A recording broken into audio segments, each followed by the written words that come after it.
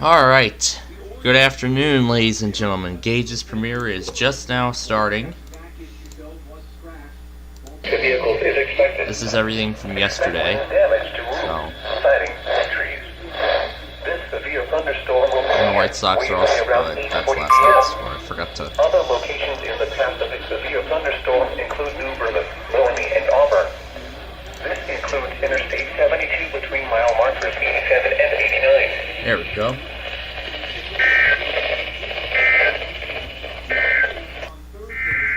So this is everything from yesterday.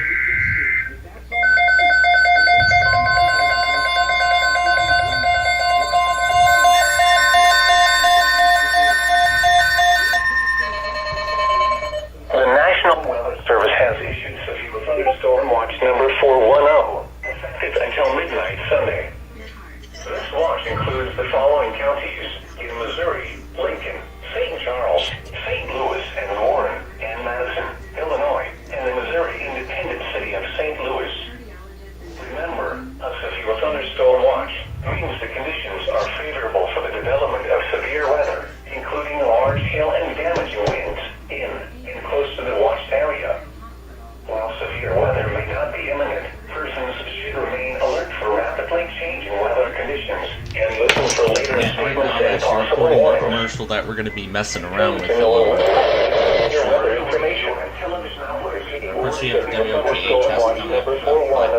Issued from 5:05 p.m. until midnight Sunday for the following counties in Illinois: California, Gwinnett, Jersey, and Madison. Main Steel Day, Northwestern Medicine. Learn more at nn.org/weather. Showers and thunder.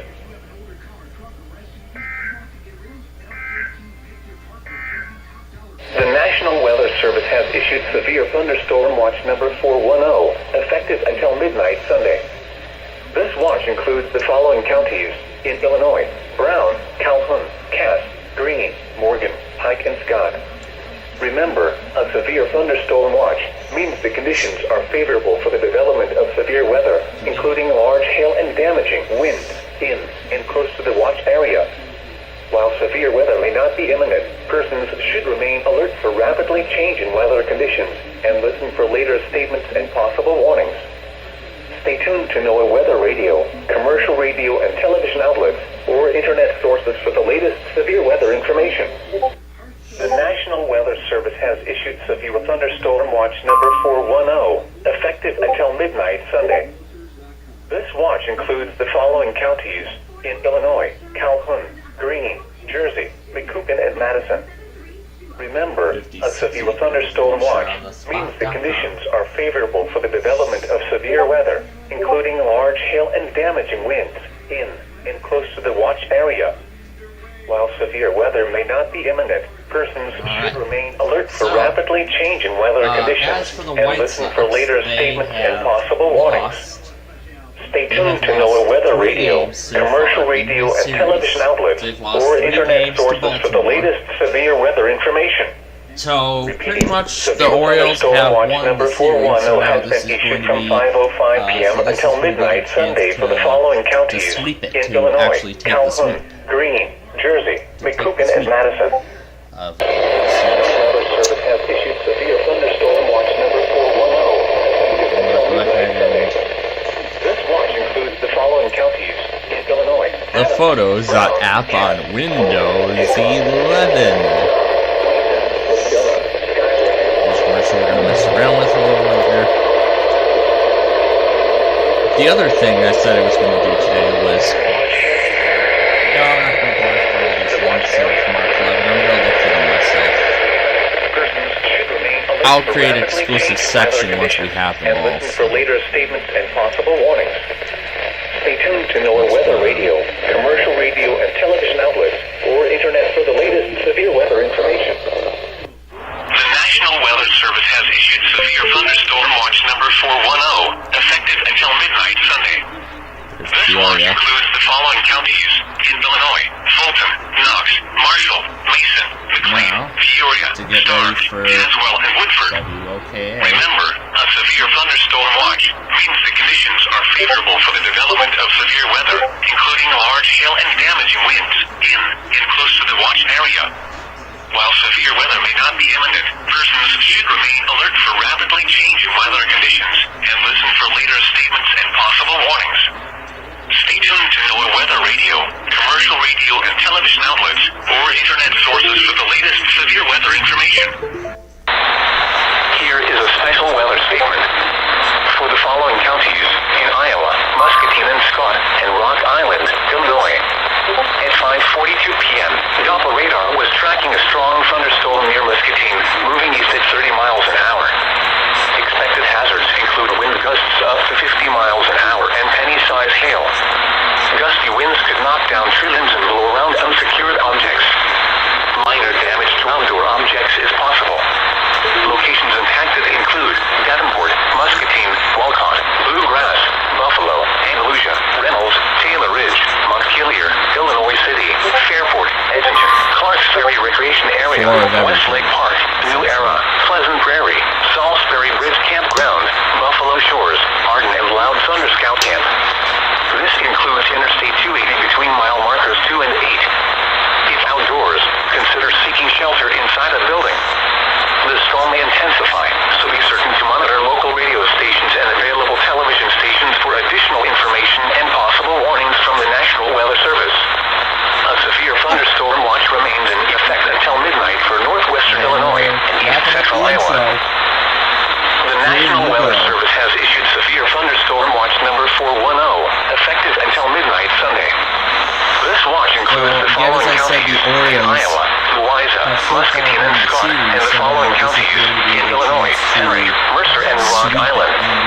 Remember, a severe thunderstorm watch means that conditions are favorable for the development of severe weather, including large hail and damaging winds in and close to the watch area. While severe weather may not be imminent, persons should remain alert for rapidly changing weather conditions and listen for later statements and possible warnings. We're in third place now. Stay tuned to NOAA Weather Radio, commercial radio and television outlets, or internet for the latest severe weather information. The National Weather Service has issued severe thunderstorm watch number 410, effective until midnight Sunday. Okay. This watch includes the following counties in Illinois, DeWitt, Moultrie, and Piatt. Remember, a severe thunderstorm watch means the conditions are favorable for the development of severe weather, including large hail and damaging winds in and close to the watch area. While severe weather may not be imminent, persons should remain alert for rapidly changing weather conditions and listen for later statements and possible warnings. Stay tuned to NOAA Weather Radio, commercial radio and television outlets, or internet sources for the latest severe weather information.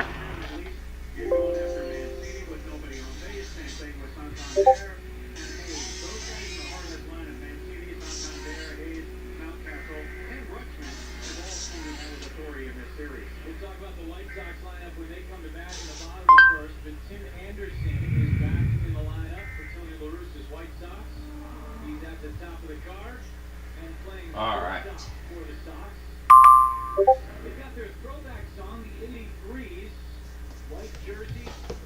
Overland Park, Kansas is the largest city in the United States with the word park in its name. So technically, you could call it the country's largest inhabited park. The park consists of shopping, dining, museums, galleries, attractions, and more for the whole family. And it's right outside of Kansas City, which means in this park, you're not exactly roughing it. Ready for a road trip? Then check out visitop.com. Come have some fun in the park, Overland Park. 40% chance of showers and thunderstorms. Lows in the upper 60s. Highs in the lower 80s. Again, the forecast for Springfield, Decatur, and surrounding areas of central Illinois for tonight. Showers and thunderstorms likely. Lows around 70. South winds around 10 miles an hour in the evening, shifting to the northwest after midnight. Chance of rain 70%. The following is a summary of watches, warnings, and advisories in effect.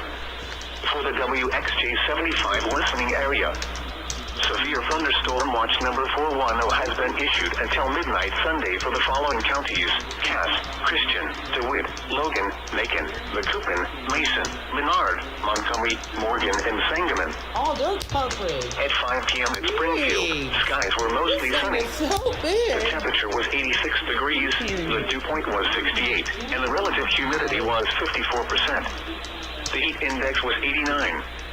The wind was southeast at 13 miles an hour. The pressure was 29.92 inches and falling. Elsewhere around central Illinois, at Peoria, rain was falling with a temperature of 79. Alright, It was so I mostly just sunny, told Gage with a about temperature of everything 83 here. at Bloomington, We'll play around 84 with at Mark Champaign, 11 a little 84 later at as Decatur, well. and 85 at Lincoln. Under mostly sunny skies, Taylorville reported 86, Litchfield reported 94, Jacksonville reported 90, and Quincy reported 91. And once again at 5 p.m. at Springfield, under mostly sunny skies, the temperature was 86, and the heat index was 89. The current time... Oh my god, this thing is so big. I can't believe it.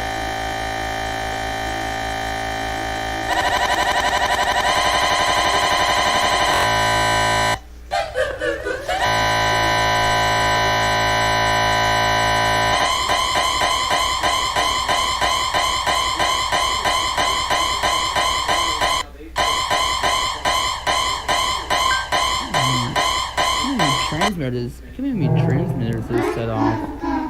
Holy crap.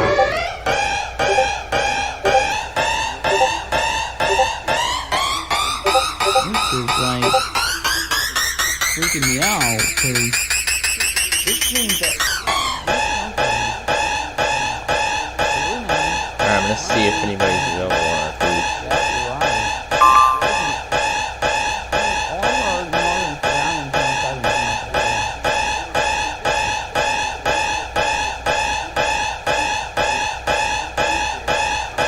What is this? WTOP-AM?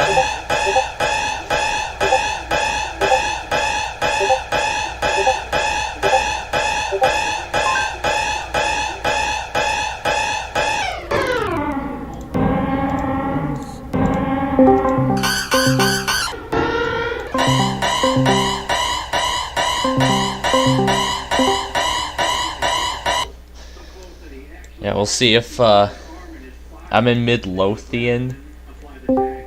Cat right now, I'm in Midlothian.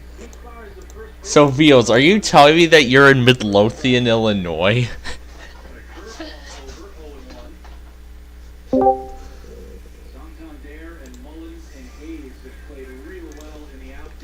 Wait. How was that? Midlothian, Illinois? Her reply is just a little reply there. Midlothian, Virginia. Yeah.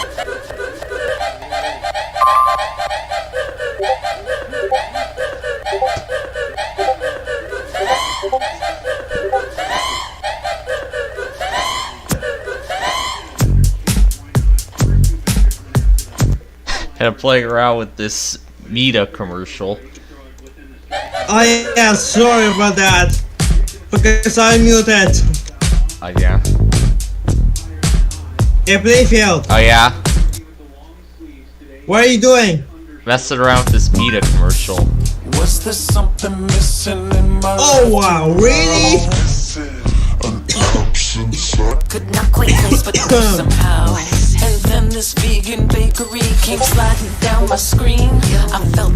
And then this vegan bakery came sliding down my screen. Green, green, green, green, green, green, green, green, green, green, green, green, green, green. Screen. And Gage is also premiering his compilation from yesterday. Green, green, green, green, green, green, green, green, green, green, came sliding down my screen. I felt a shockwave in my head and a tingle in my spleen, in my spleen, in my spleen. I felt a shockwave in my head and a tingle in my spleen. Down my screen, I felt a shockwave in my head and a tingle in my spleen. Came sliding down my screen.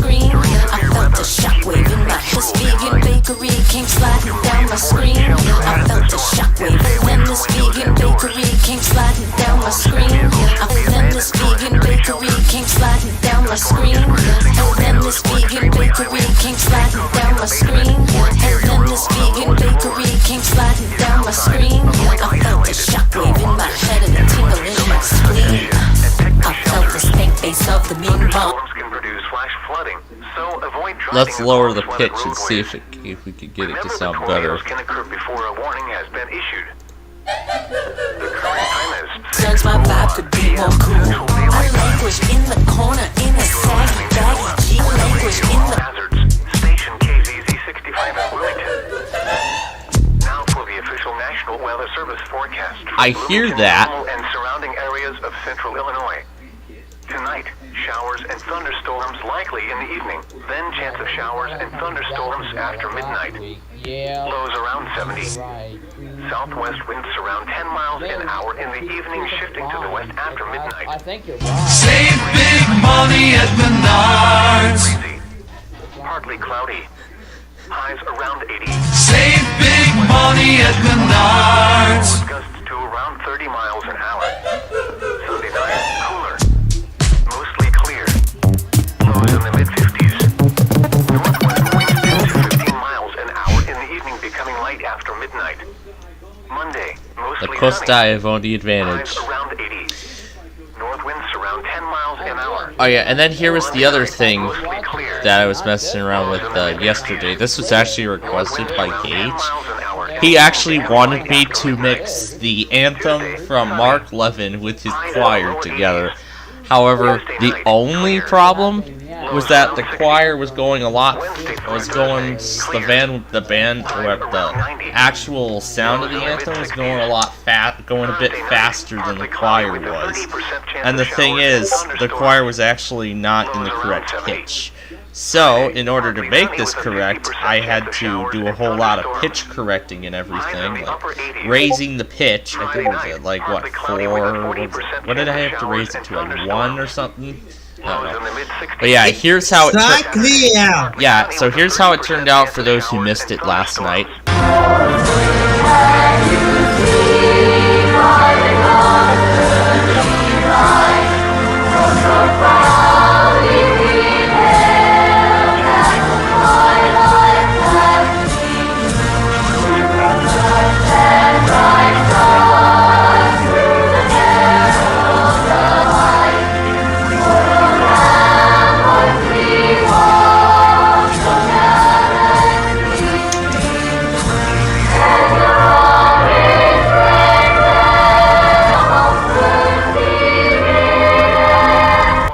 I did a really nice job at this, and I get Gage is actually so proud of this that he's actually going to make this his intro now for StreamYard.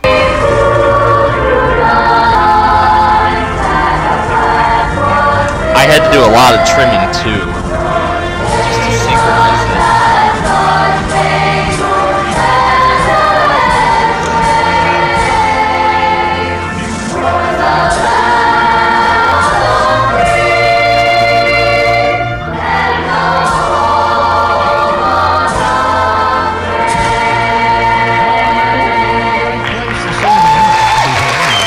Keith had included the clapping at the end.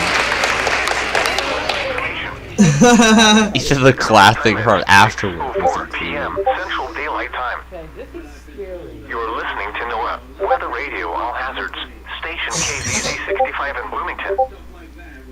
Now for the official National Weather Service forecast for Bloomington, Normal, and surrounding areas of central Illinois. Tonight, showers and thunderstorms likely in the evening. Yeah, Then Gage is chance of premiering showers all and his stuff from thunderstorms after yesterday. midnight. Mine is not going to be Lows around premiering 70. until later. Southwest winds around 10 miles an hour. Springfield. Shifting to the west after midnight. Springfield got WPA, Gage's capture of it. Sunday, Oh yeah. partly cloudy. Uh, Highs around 80. At last West winds 10 to 20 was the last night. Just trust West Virginia issues flash flood warning. Northwest winds 10 to 15 miles an hour in the evening, becoming light after midnight. It's so big. Monday, mostly It's out sunny. in Chicago. Highs around 80. North winds So, yeah. 10 miles an hour. Monday night, mostly clear. So it's 3 Lows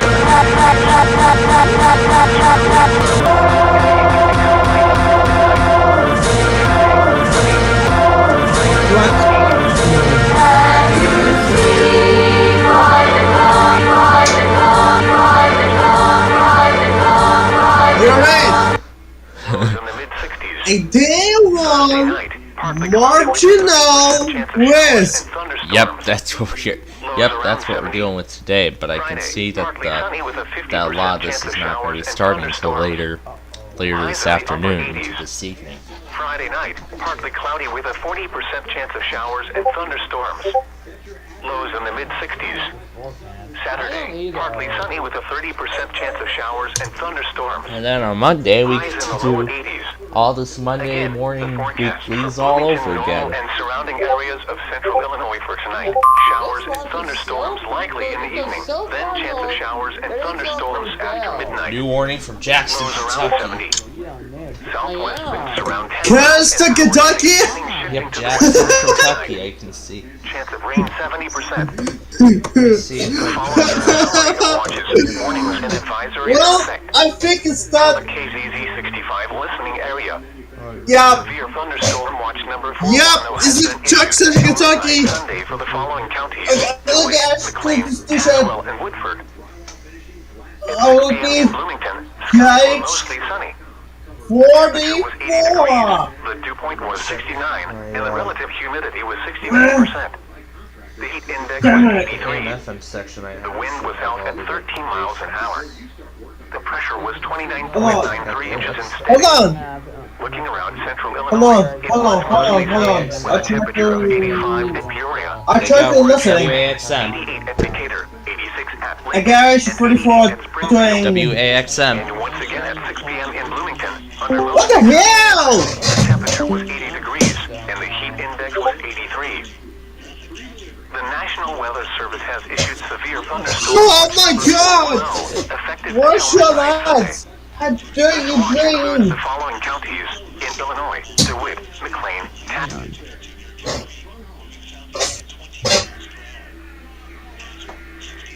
Oh my god.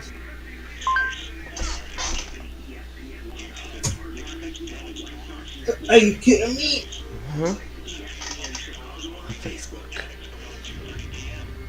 Here we go. That's better.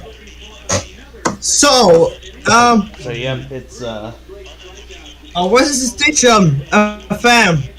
yeah, WAXM is relaying the warning from Jackson. The National Weather Service has issued Wait, the sled trucks to Kentucky, you should, and severe thunderstorm warning? This watch includes the following counties in Illinois: Right. DeWitt, McLean, Tazewell, and Woodford. Right, Bayfield? Remember, a severe thunderstorm watch means the conditions are favorable for the development of severe weather, including large hail and damaging winds Right. in and close to the watch area. While severe weather may not be imminent, persons should remain alert for rapidly changing weather conditions and listen for later statements and possible Yeah, warnings. if you can hear, that's Tuned actually to NOAA dangerous. weather radio, Yeah. commercial radio, What the hell? Keep and Don's Deal or No Deal arcade game collection. Oh, this is first. This is first. This is. Jesus Christ. What happened? The National Weather Service in St. Louis has issued a severe thunderstorm warning for southwestern Montgomery County until 8:45 p.m. Oh, wait. And I once again woke up at like 11:30 this moving morning. east at 20 miles per hour. I would 11:30? usually be this tired, but I once again woke up at 11:30 this morning. This is a radar It's a second day in a row Wait. I've woken up at that time. Wait a minute. Later. Do you really? Do you seriously have to do that? 11:30? This severe thunderstorm will be What? around 8:05 I p.m. don't usually wake up at that time, but Locations in the path of this severe I mean, thunderstorm include considering how I've been at, Here we go. considering how I've been at, not have I've been at my grandparents for like almost 2 weeks. This also includes It's gonna take me a little bit of time to get back into the kind of routine I'm normally in when I'm here at home. Like I normally wake up around 11 a.m. or 10 a.m. for all the like, possible. Wait. Later. Oh yeah. Wait a minute. Later. What are you just what's starting? Yeah, it's already underway. The game has already started. Oh yeah, I almost forgot his station, the MVP. Yep, so that's the game tonight. Then we go to Los Angeles and we'll play. It's going to be a very late game tomorrow, so I should have enough energy by then. Alright. And your case is worth 400 tickets. Oh! Wait, Doris! White Sox! Just a moment. The banker has one final offer. You can either keep your case or try the mega Elmore to near Gilson to near McQuan, moving southeast at 30 miles an hour. Expected hazards include 60 miles an hour wind gusts. Expects damage to roofs, siding, and trees. Severe thunderstorms will be near McQuan around. Alright, there we go. London Mills and Lore around 8:15 p.m. Elmwood and Yates City around 8:20 p.m. Brimfield around 8:20. Alright, there we go. Other locations in the path of these severe thunderstorms include Farmington, Fairview, Foley, and City. Strike 3! Another statement for Pulaski County. That would be that would actually stop Somerset if Strike 3! Yeah, I'll stop Somerset if that gets warned, but yeah. See, I have Gage's premiere right here on the side. That's all the alerts that yeah, caught, I just yesterday, and that kind of busted slight risk. So far, this week is looking pretty calm. This week is looking pretty calm so far. Never mind. First I was coming. Trucks to Kentucky. Southwestern Sangamon County. Yeah, this week is looking pretty calm as of right now because we don't have any risk tomorrow. There's no severe. However, when the next day 2 gets sent, around midnight. Oh no. When the new day, when that becomes the day 1 at midnight tonight, we'll see if they'll add a marginal to it or not. But either way, and then there's another marginal on Tuesday. But either way, this week is going to look pretty calm. This week is not going to be as intense. This week is not going to be as crazy as the other week, as last week. So.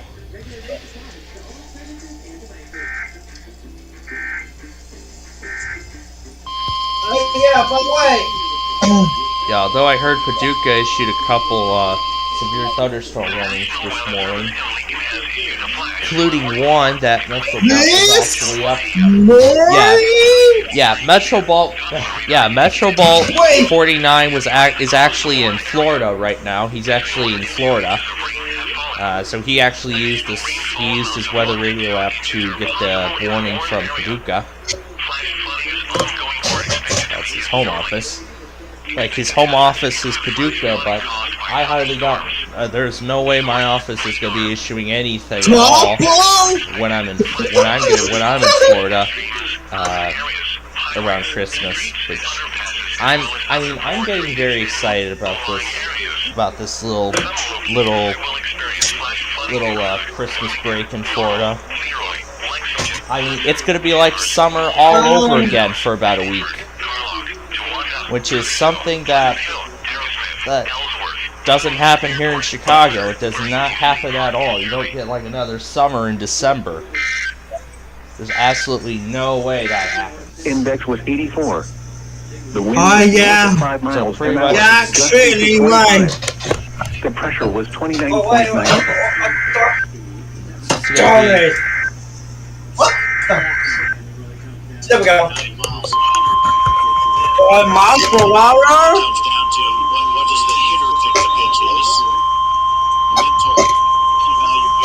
The National Weather Service in Lincoln has issued a severe thunderstorm warning for northern County, eastern Sangamon County until 9:45 p.m.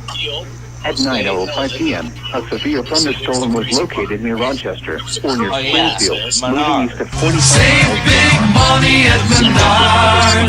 60 miles per hour and are indicated threat.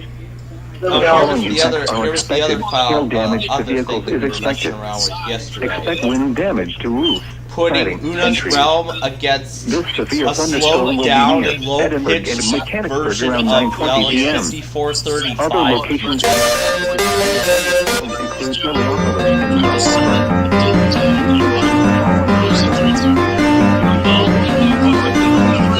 I really like this song slow down. The normal pitch actually is more intense.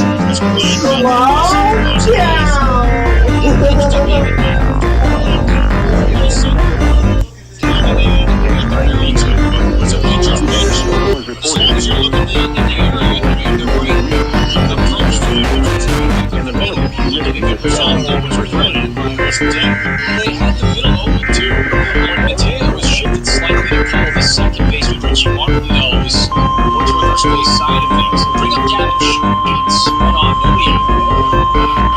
Sheets the lefty. First pitch from Lyles. Takes a strike. National Weather Service in Lincoln has issued a severe thunderstorm warning for southeastern Logan County, northeastern Cerri and 10 p.m.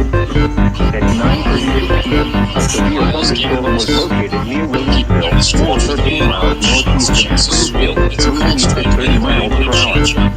Expected hazards include 50 miles per hour wind gusts and quarter-size hail. Virtual radar indicated threat. The following events are expected. Hail damage to vehicles is expected.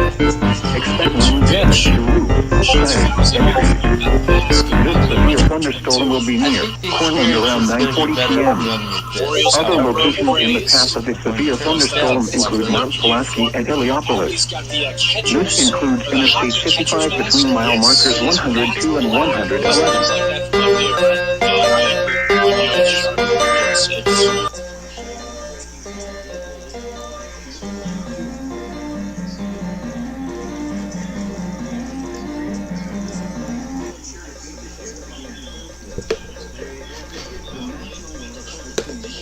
The National Weather Service in Lincoln has Perry and Hickman counties now are in a statement.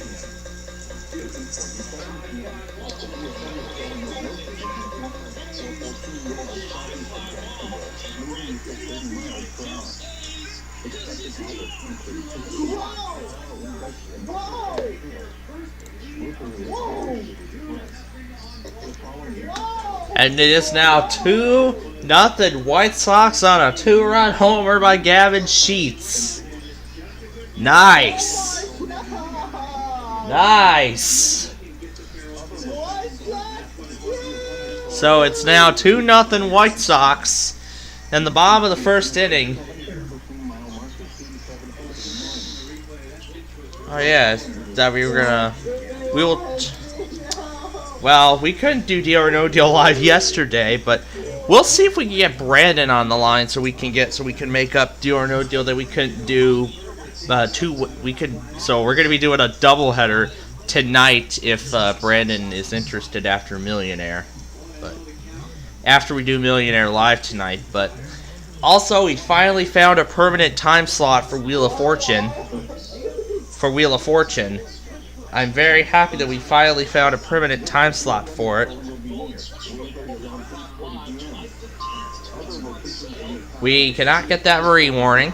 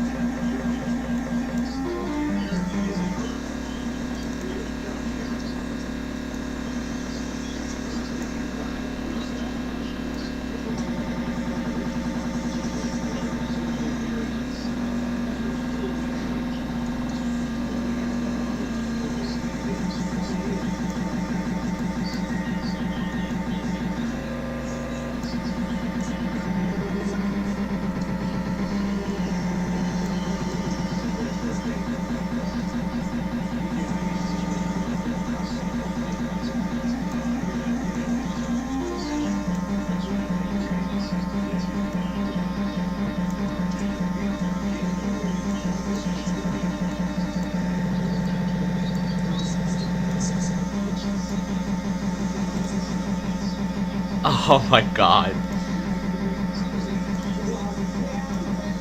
This is why it's called Una versus Yalik.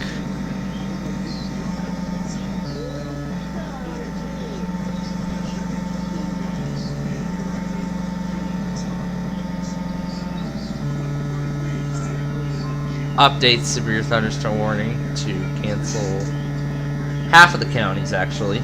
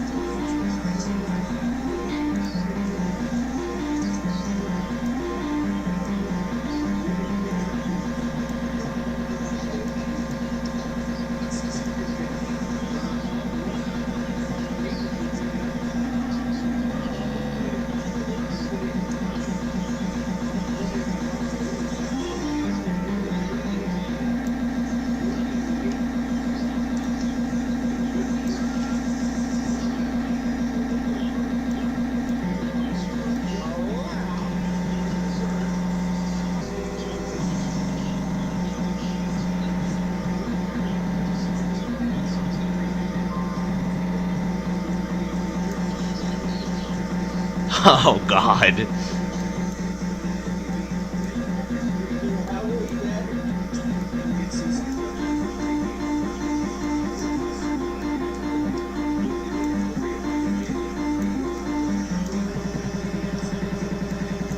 See, we're messing around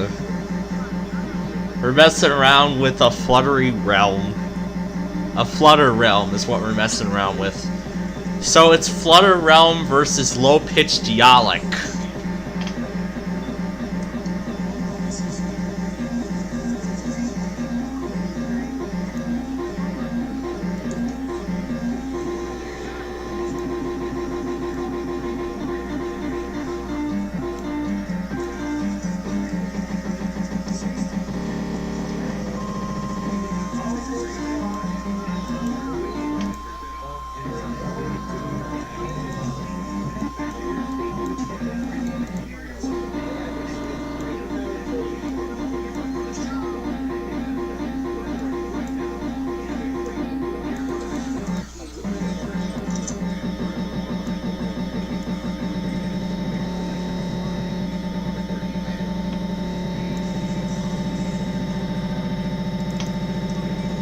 Oh my god.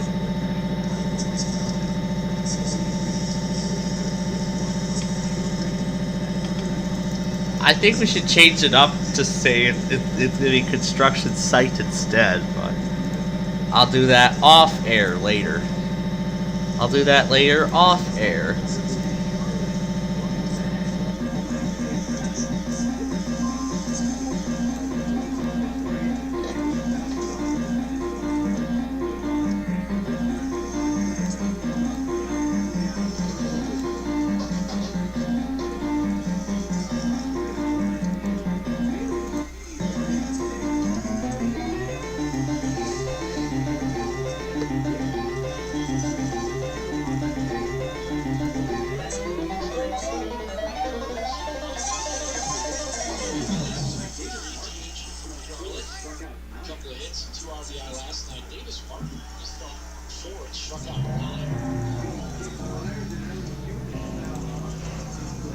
And also, just before we left the air yesterday, you saw me go through a complete list of stations that do Mark 11. And look at this list. It's incredibly massive. I can't even believe how many there are. 156 stations carry Mark 11. That's a lot. That's a lot of stations that do Mark 11. That is a lot. My God. It's a lot of stations that carry Mark 11. My goodness. Of course, you know what we got tonight, right? Jackson. No, we got the station Jacksonville. We got KDKA. We got those Michigan stations. We got all that good stuff tonight. Oh man, I'm ready for it. A 50-ticket jackpot on an extremely weirdly laid out deal or no deal board, where some amounts are repeated twice or even 3 times. It's one of the weirdest configurations I've ever seen of a deal or no deal arcade game board. I don't know who set that up. If they made it like 100 tickets at least, that would have been better. I guess not. They went with 25. Really? 25 tickets is a jackpot on this game? That's ridiculous. But really, it's Chuck E. Cheese, so that's what it is.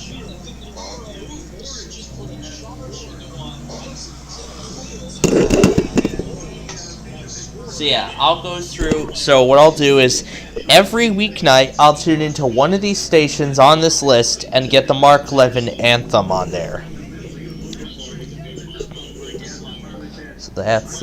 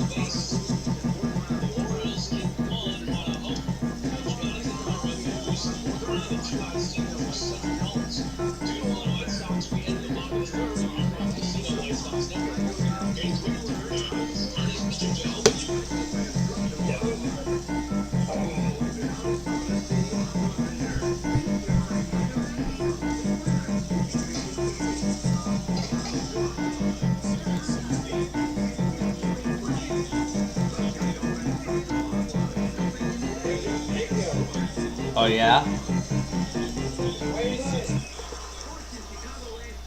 Still playing around with combination. Still playing around with the combo of a Flutter Realm song and Yalek's 5435 music piece, but in low pitch and slowed down.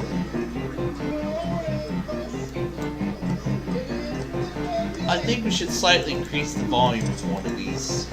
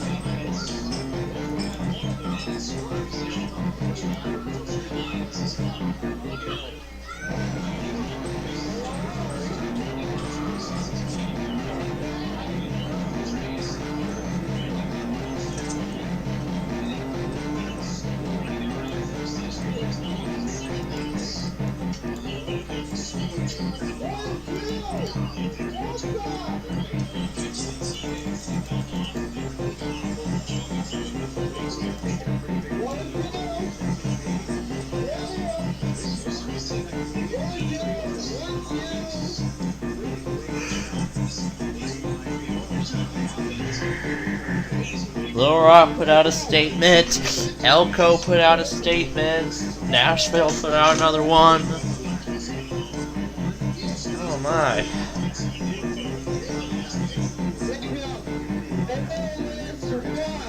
Yeah.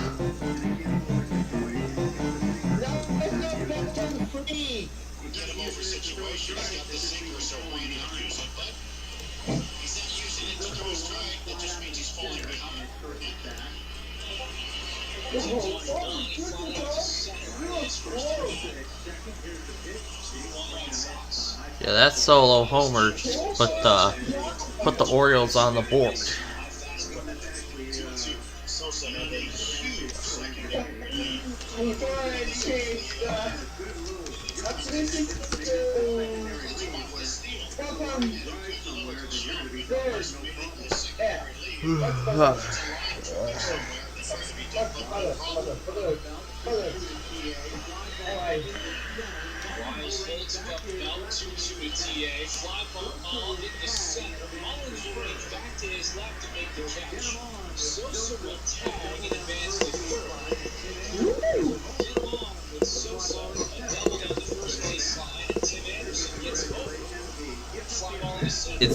It's this pinwheel thing.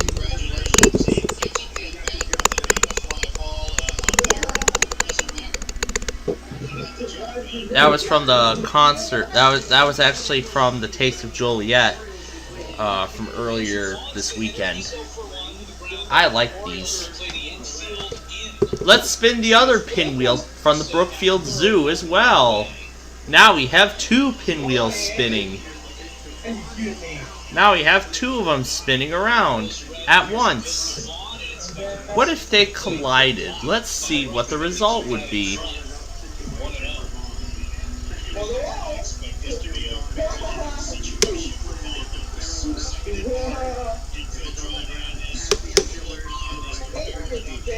Flash flood possible.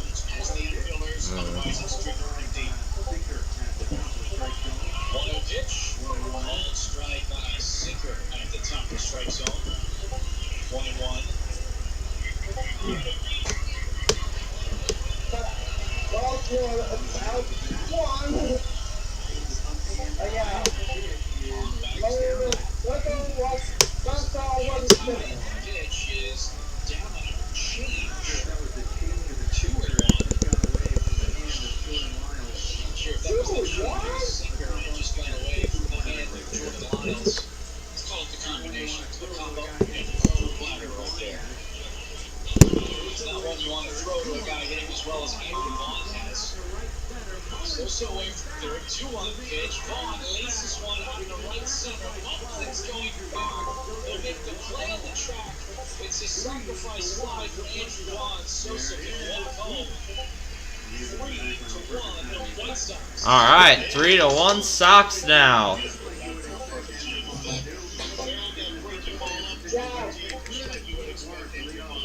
All right, worked so far preventing this sweep. So.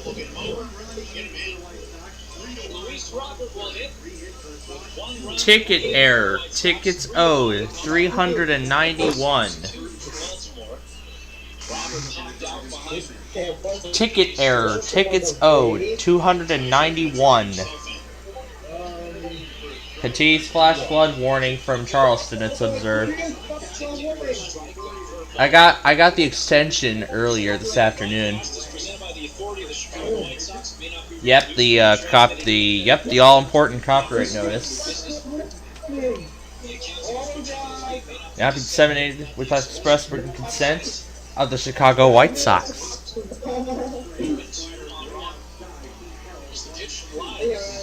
Check swing on a slider way outside. He held 1-2.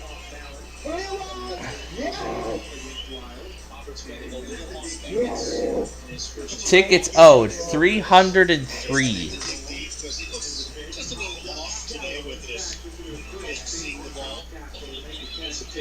Ticket error. Tickets owed. 270.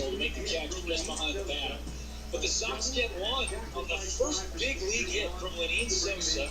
A double and a sacrifice fly from Andrew Vaughn to bring him in from third. 3-1. Sox lead. We head to the fourth on the Hard Rock Casino White Sox Network. Send your card for cash today.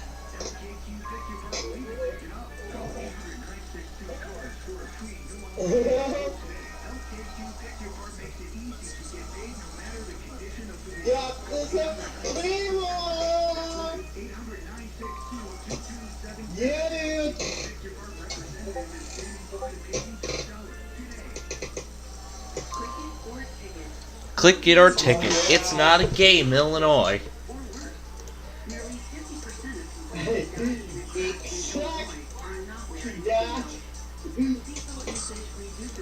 Oh yeah, and this here, and this other thing is just records of all these going out of business commercials. Oh yeah, I gotta hit stop on this. I'll play around with that later. And now we can mess around.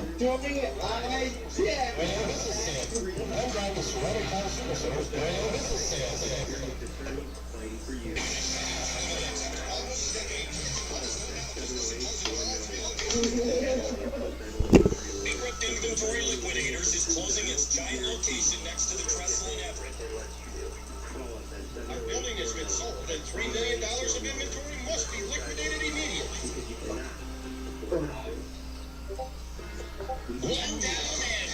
Yes, this is like a complete collection.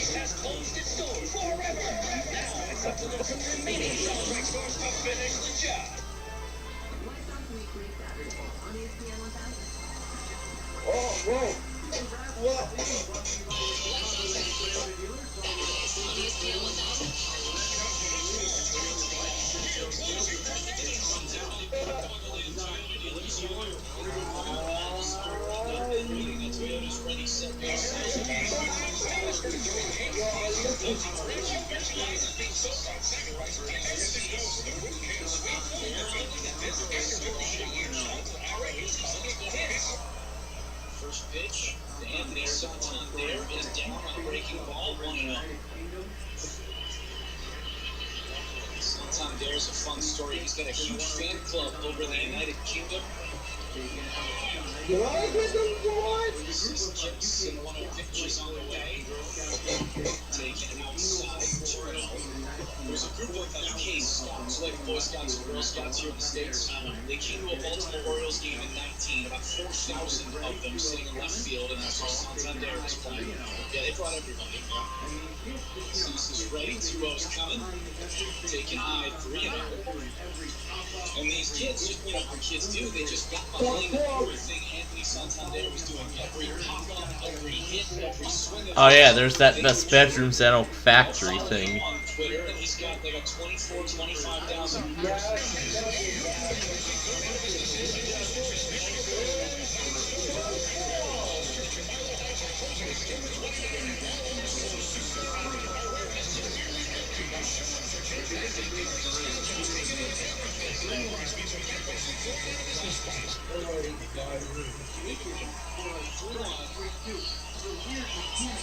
Is taken for a strike. Yeah, I was too tired to send all those last night.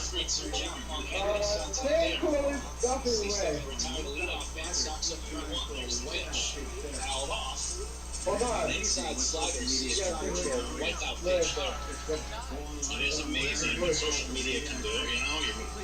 You just go online somewhere, social media, and say, hey, please follow me, and I'll be just yeah, that's how Twitter works. Send that over. Santander hanging in there. Get a fastball, middle up at 98. 49 pitches for Dylan Cease. Last time out against the Blue Jays, Cease struck out 11 in 6 innings of work. I thought we might be looking at one of those historic kind of nights. Oh, yeah,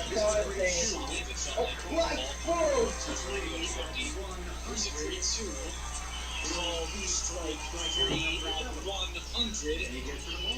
Dylan Cease gets strikeout number 7. They get to the ballpark Thursday, July 7th for African American Heritage Night, presented by Rush. Celebrate with friends and family as the White Sox take on the Tigers at 7:10. First 2,000 fans receive a free Chicago American Giants t-shirt designed by Langston Alston and presented by Rush. Here's Austin Hayes with one away, no one on. Cease fires a fastball down. So 1-0. The fastball's been good, but when he's tried to start hitters with the heater, he's missed a couple of times. It falls behind Hayes 1-0. There's a pitch. Popped it on the infield. Straight up the elevator shaft. This is Zavala, and now Jake Parker to make the catch. 2 away. About 10. Let's pause it here for station ID.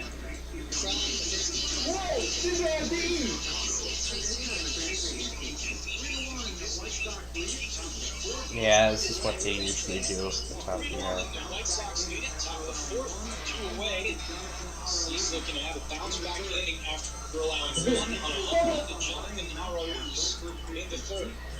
Sox play the infield deep on Ryan Mountcastle. First pitch from Cease with a miss on a slider, 0-1. Mountcastle had a little trouble picking that slider up last time he was back. He right now seems to be a bit Add The and set. 0-1 for Cease. Bounced in front of the plate. Oh yeah.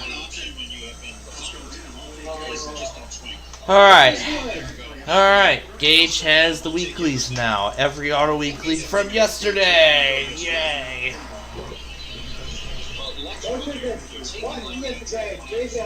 Oh yeah.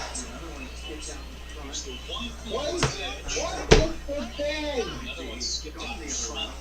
Slider that time, 2-1. So you see, he's gone the other route, where I'm just not trying to throw a strike. Because I keep chasing the bad pitch, so he's forcing Dylan now to have to throw a strike. One dangerous hitter. Hits 31 home runs last year. He takes high on 3-1. So all of a sudden,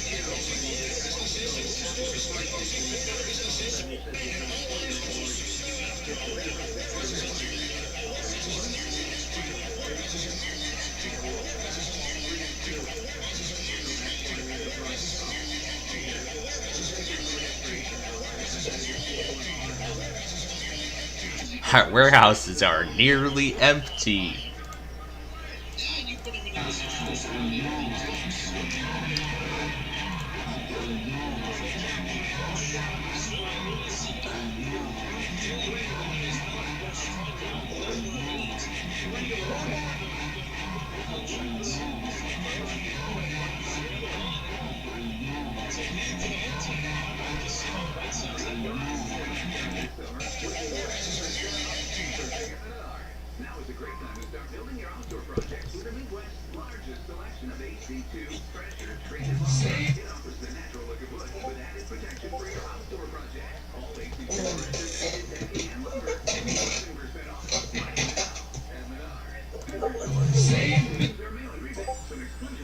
See store for details.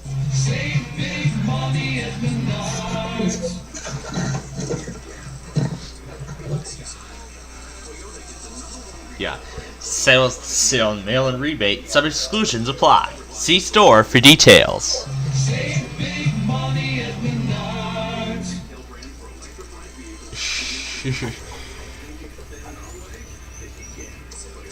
Now at Menards. Save big money at Menards.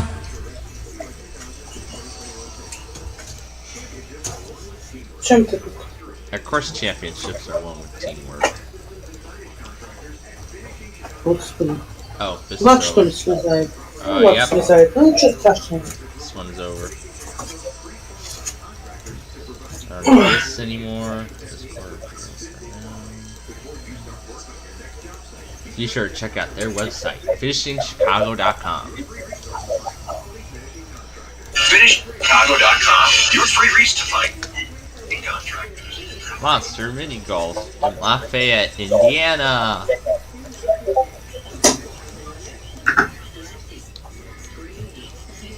Weekdays on ESPN 1000.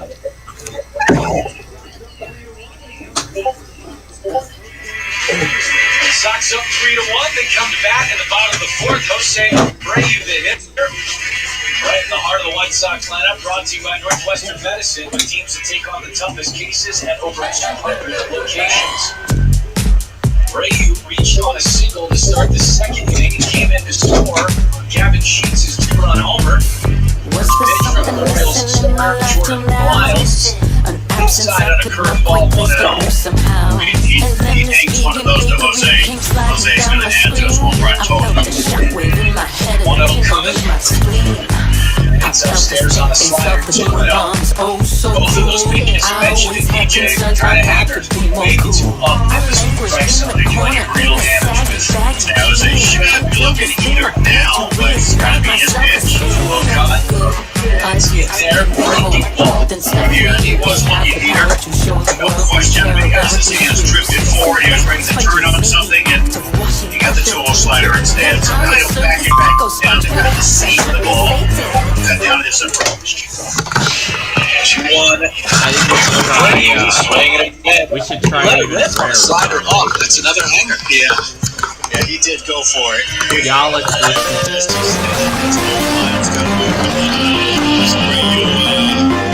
Put his back pocket into that swing. Miles, up until this season, have been a heavy fastball usage guy. He's dropped that pitch about 10% in terms of usage. Up and in, turned away. Did it get him? No, just missed. Not sure how. 3-2. And that fastball, I mean, you expect it in the sense that he's throwing everything off speed, and he's going to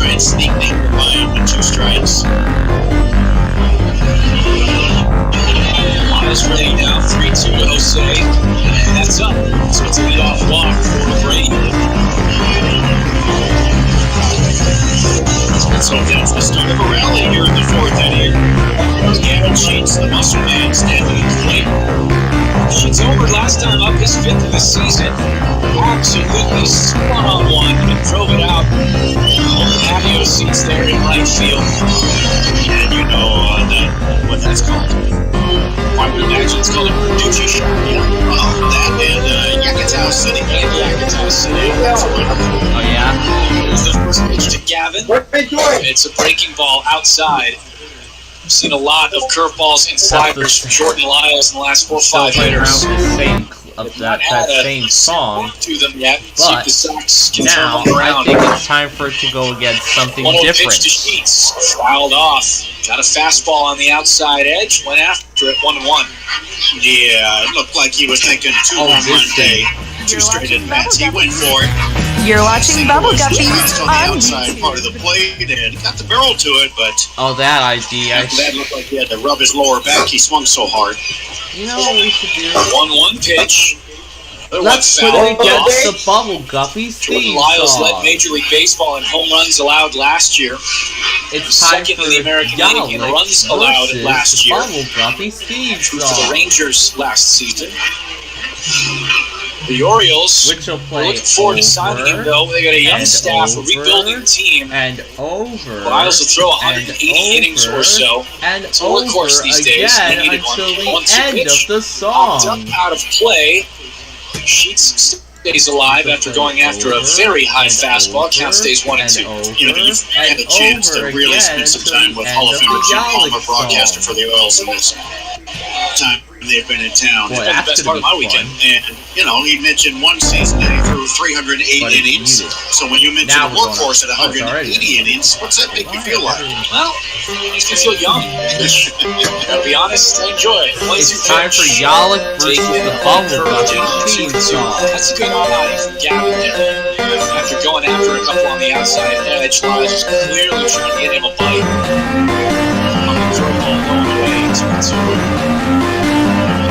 57 pitches now for Lyles. We've talked about that a lot, DJ. 150, 180 innings. 2-2 pitch, popped up left side, out of play. That's a lot for a guy these days. Whether you like it or not, that's where we're at. Yeah, but my point is when you talk to somebody like Jim Palmer, you know his history, you know his success, and you see the evolution of the game. Are you a fan of the guy Palmer's era or Chris? No, I mean, looking back at those days and stat lines and some highlights, 2-2 pitch, up front, good block by Rutschman. To keep it even at first, count goes to 3-2. Just we were looking at Jim Palmer's time on the season in 75 and then again in 76. Palmer had 40 starts in 76. And had 23 games from 315 innings in that season. Lyles bred 3 new Sheets. Soft floater left side on the run. Arauz makes a backward catch. The Orioles were in the gift. Abreu scampers back to first. A wild one that was. Absolute the bad look figure that basically maybe a foot or two into the infield grass behind the dirt.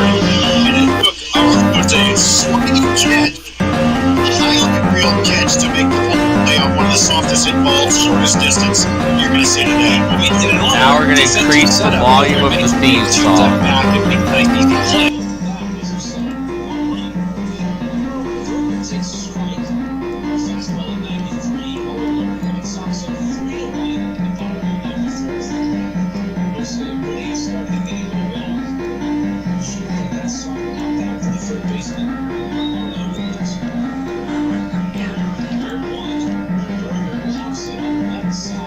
This is Yalik versus all the Bubble Guppies together.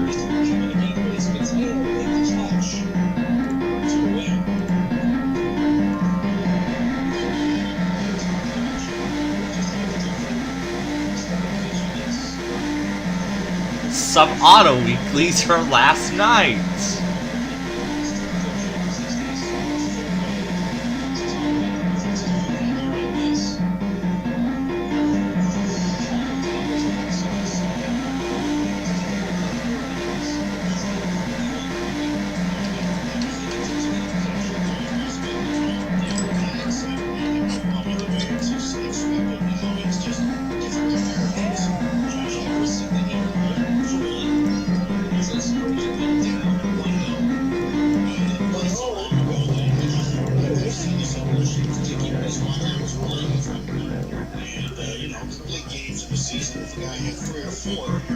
just turned 99, and that was a lot.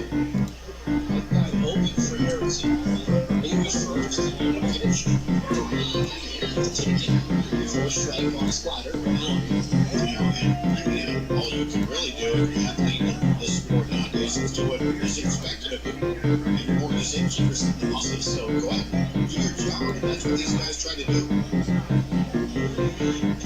1-1 pitch to Josh.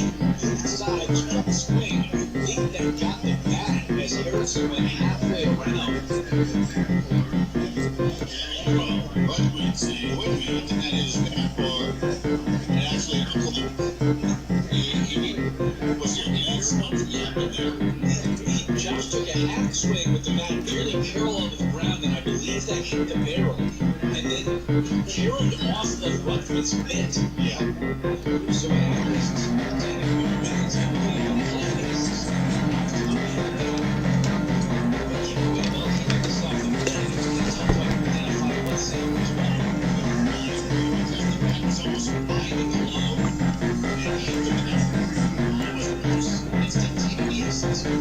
So for you to get this out of the middle of the low, almost impossible. We're trying to see the pitch to keep it alive. Hopefully, our being able to see and get the bat, and it's one count. Up on the scoreboard right now. Maybe that doesn't usually happen. They could have looked at Josh here. So did you find something there? What do you think? No, I don't. So that's a freebie for the White Sox. It's really coming. Josh Burns one off the middle, slow roller, outfield hit, and he reaches infield splash outfield single. The shortstop and the second baseman sliding for the different angles. It's taking a little bit on in the short outfield. That infield hit, that keeps moving. Forward through the infield, so that's what I call it. The infield hit was fielded by an infielder. Yes. So you don't see that ball for a hit without the shoot. No, it is definitely an infield hit anytime it's fielded or stops out. For me, that's an infield hit.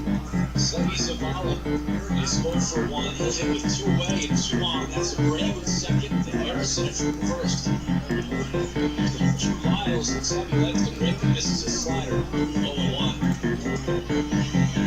So it's not going to lead off man on for the Jose Abreu walk.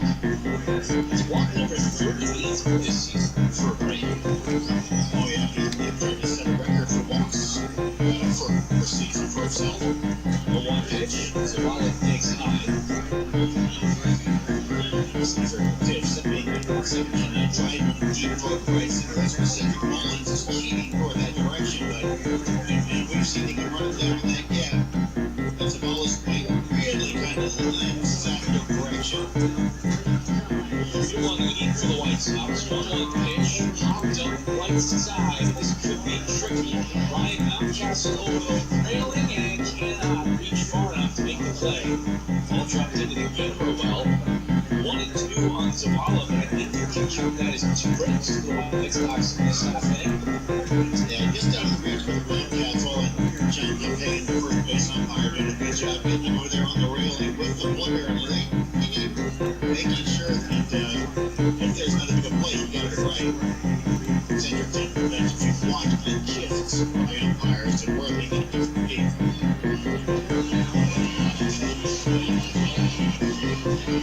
1-2 count now, and Doc's catcher stepping into Zavala. Elias throwing it down here to the pitch. It's bounced out in front. So we do another table DJ, another very good block by Anthony Rutgers. Yeah, up off the chest and breaking ball that bounced way out in front of home plate. Not easily done, but he's really showing it in it. He's got all kinds of athleticism in his scrambling, but it's actually a place kicker. Oh, flash flood warning for Garfield, Utah. He recovered his own onside kick his freshman year. 2-2 pitch, inside on Cerri. Fastball was linked in the hands. He was able to hold it back for 3-2. I mean, isn't that the way you practice it? Hey, you kick it, they go kick it.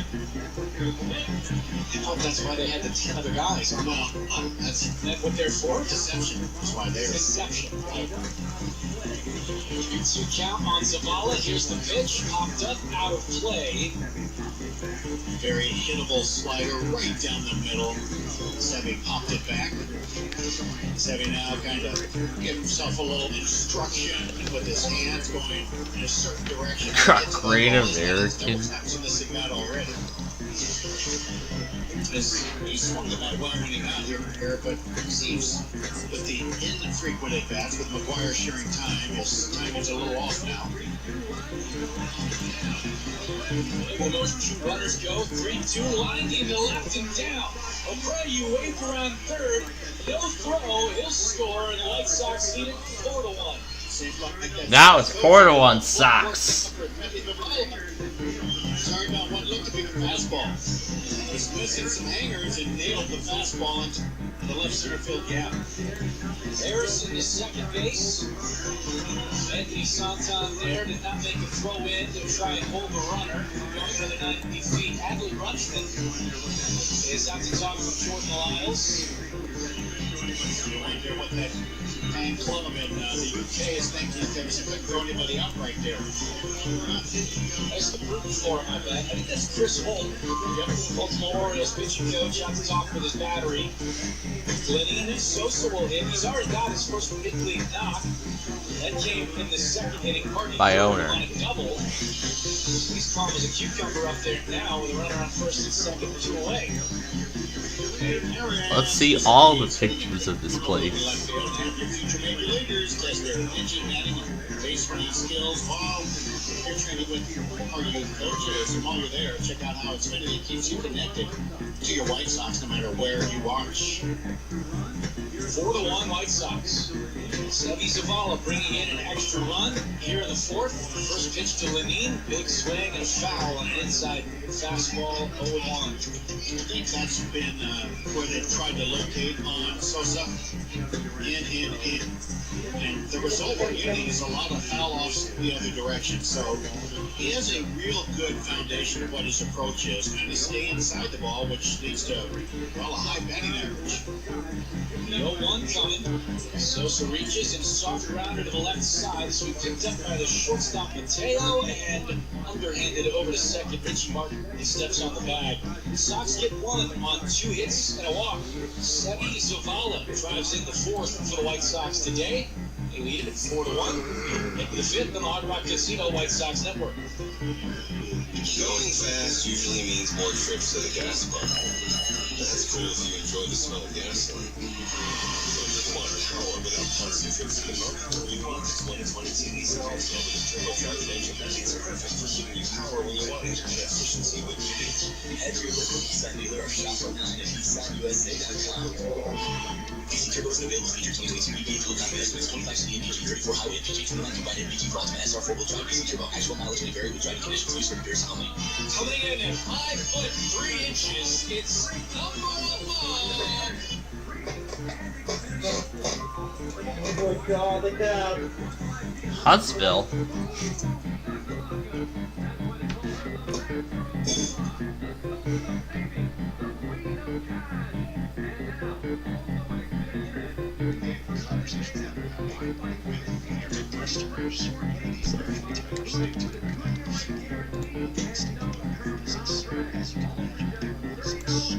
Carolina Beach Arcade. WBCF. Yay, a 360 view. One where?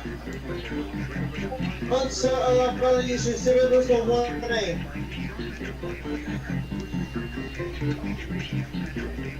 USPS! Huntsville, Alabama!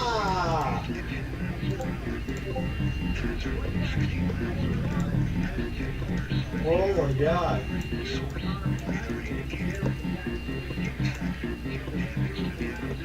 Wait. Beautiful afternoon for baseball. The White Sox have a lead for the first time in this series against the Orioles. Dan Cease has pitched very well in the first 4 innings. He's got 8 strikeouts.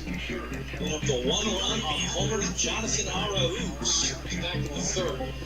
This is against Ali Rutschman. Deal or no deal? Rutschman is 0 for 1 with a strikeout. Star rookie catcher for Baltimore, part of a rebuilding effort. #1 overall. Deal or no deal? Is down on a curveball. 2-0. Rutschman's a switch hitter. Shift on as he's hitting from the left side. 3 infielders on the right side for the White Sox. Just Jake Berger on the left. Houston's let's take it outside on a fastball. So 3-0. Oh yeah. Searching for the deal or no deal arcade game at various arcades. Seeing if we can find it anywhere. 3-0 pitch outside, a 4-pitch walk. It's the first of 3 pass by Dylan Cease. Walk number 37. We obviously know David Buster's is going to have one. So leadoff man is on. White Sox lead 4-1. Here comes Jorge Mateo, shortstop. You talk about leading the league in walks. That's right. But he's also toward the lead in strikeouts. That was going to be my follow-up. I used to it. He did. Rutschman away from first. Cease is first to Mateo. Is a called strike on a slider. 0-1. He's got that guy named McClanahan who he's battling with at the top of the league. Shane McClanahan, Tampa Bay Rays. 0-1 pitch. Taylor swings and misses. Good slider there. It's almost more like a curveball with how much it went 12-6. Facing clock 87 out of the hand. McClanahan wasn't pitching today, but Cease has to go over. Right side on. 2 pitch. Outside. That slider again. Ball start the game with 111. That's the 13 strikeouts. They all look for way more innings than they were without. It's got to well, Rutschman away from the 1-2 pitch.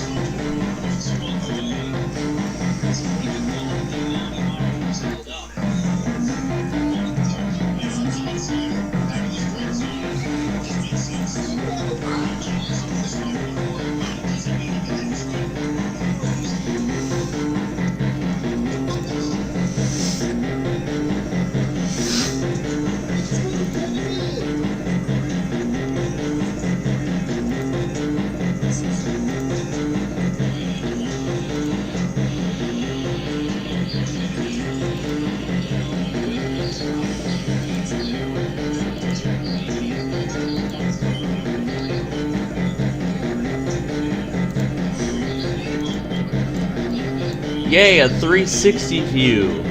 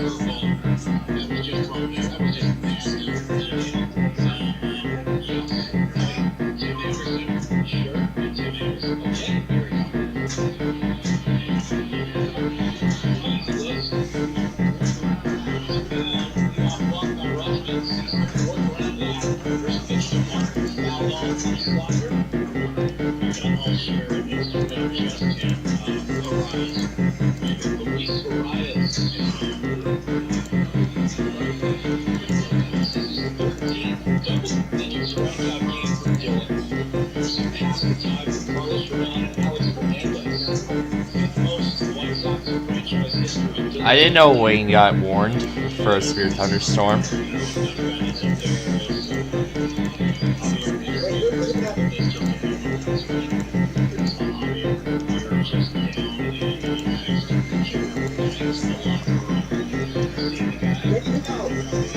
Yeah, I see that warning.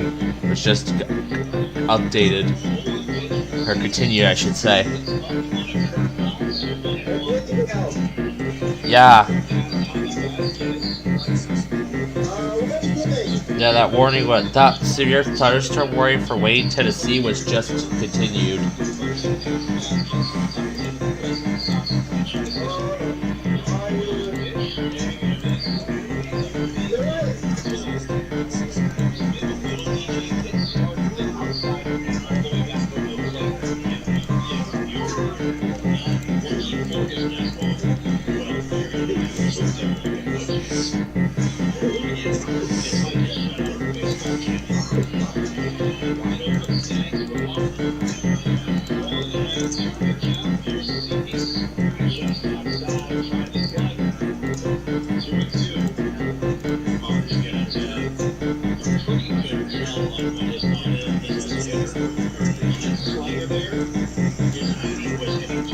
This is Yalik and Nani together.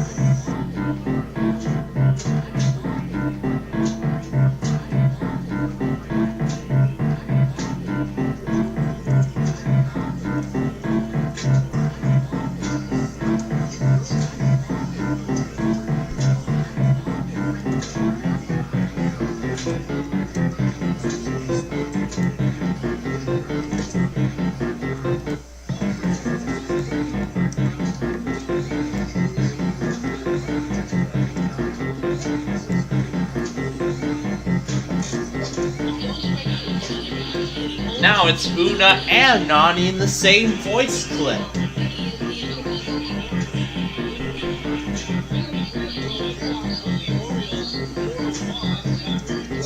Coconino? Wow. Let's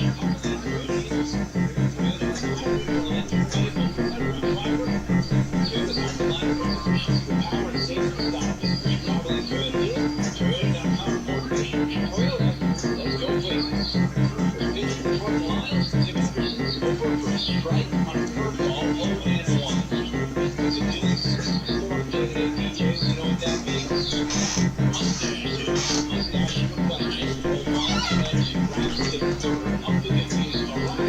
And he gets the outside free. So if you're mustache Texas, best ever baseball mustaches, Sparky Lyle, Cosby, Rich, Larry, Southern Japanese, Monty Ford. I have the answers for all of these. So you're all the way yes. So all great contestants. Mustache Monty Ford. Back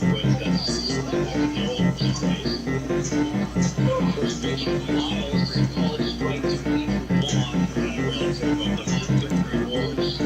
And there it is. Deal or no deal.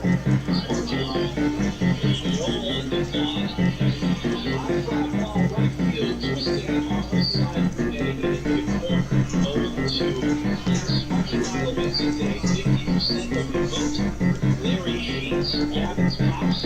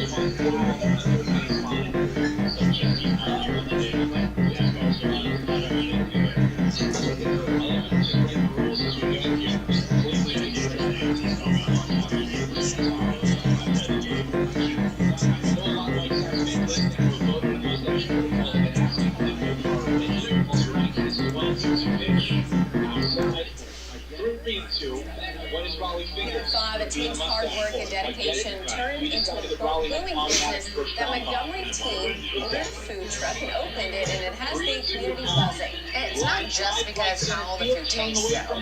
It's because of the drama that unfolded after that food truck started operating across the street from a steakhouse. KPRC2's Rochelle Turner has the details all the way from Montgomery. Rochelle? Hey, Daniela, that drama all started after this steakhouse advertised hot dogs and free ice cream just days after the hot dog stand opened. Now, the news spread quickly on social media and upset a lot of people, but today we spoke to a local group who put an end to the drama. If you haven't heard, Pop Pop's Dandy Dog is your one-stop shop for hot dogs in Montgomery. How are you? Meet the owner, Jacob Irving, who's 16 years old. I definitely don't, get the normal luxuries of a teenager. He's keeping his grandfather's legacy alive. He kept all of his recipes, all of his logos and everything, and so I took all that and made it my own. Irving has only been open for 8 days, and the community loves it. Just think it's awesome. But things heated up this past weekend when the owner of Old Montgomery Steakhouse, who is across the street from the food truck, advertised $1.50 hot dogs and free ice cream. I've received numerous threats. Who is across the street from the food truck, advertised $1.50 hot dogs and free ice cream. Who is across the street from the food truck, advertised $1.50 hot dogs and free ice cream. Who's across the street from the food truck, advertised $1.50 hot dogs and free ice cream. I've received who is across the street from the food truck, advertised $1.50 hot dogs and free ice cream. Who is across the street from the food truck, advertised $1.50 hot dogs and free ice cream. I've received numerous threats. And free ice cream. Who is across the street from the food truck, advertised $1.50 hot dogs and free ice cream. I've received numerous threats. I asked owner Wayne Coon about the sign. 8 days, and the community loves it. Just think it's awesome. But things heated up this past weekend when the owner of Old Montgomery Steakhouse, who was across the street from the food truck, advertised $1.50 hot dogs and free ice cream. Who was across the street from the food truck, advertised $1.50 hot dogs and free ice cream. But things heated up this past weekend when the owner of Old Montgomery Steakhouse, who was across the street from the food truck, advertised $1.50 hot dogs and free ice cream. Who was across the street from the food truck, advertised $1.50 hot dogs and free ice cream.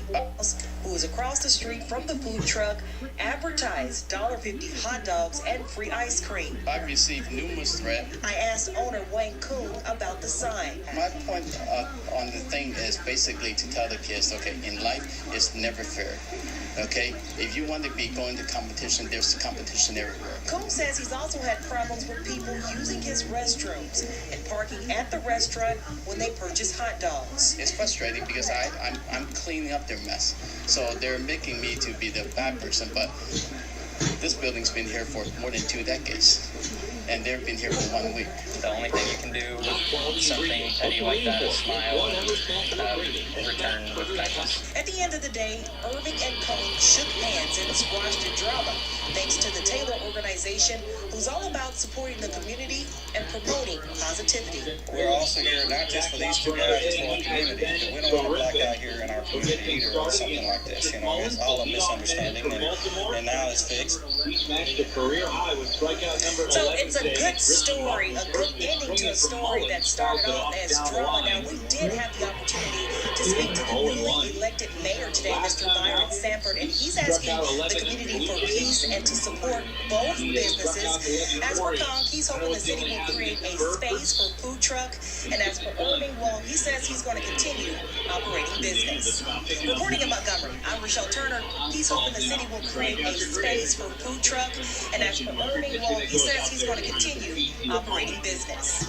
Reporting in Montgomery, I'm Rochelle Turner, KPRC 2 News. The Vacaville Toll Bridge. Let's have Tom read Smyrna's comments. Turn on voiceover. Safari on left. Show side bar. Button. YouTube. Smyrna, bullet. 17 hours ago. We now know whoever is driving that car is horrible at driving. Smyrna, bullet. 17 hours ago. We now know whoever is driving that car is horrible at driving. We now know whoever is driving that car is... 17 hours ago. We now know whoever is driving that car is horrible at driving. Smyrna, bullet. 17 hours ago. We now know whoever is driving that car is horrible at driving. Smyrna, bullet. 17 hours ago. We now know whoever is driving that car is horrible at driving. 0 likes. Horrible at driving. Smyrna, bullet. Smyrna, bullet.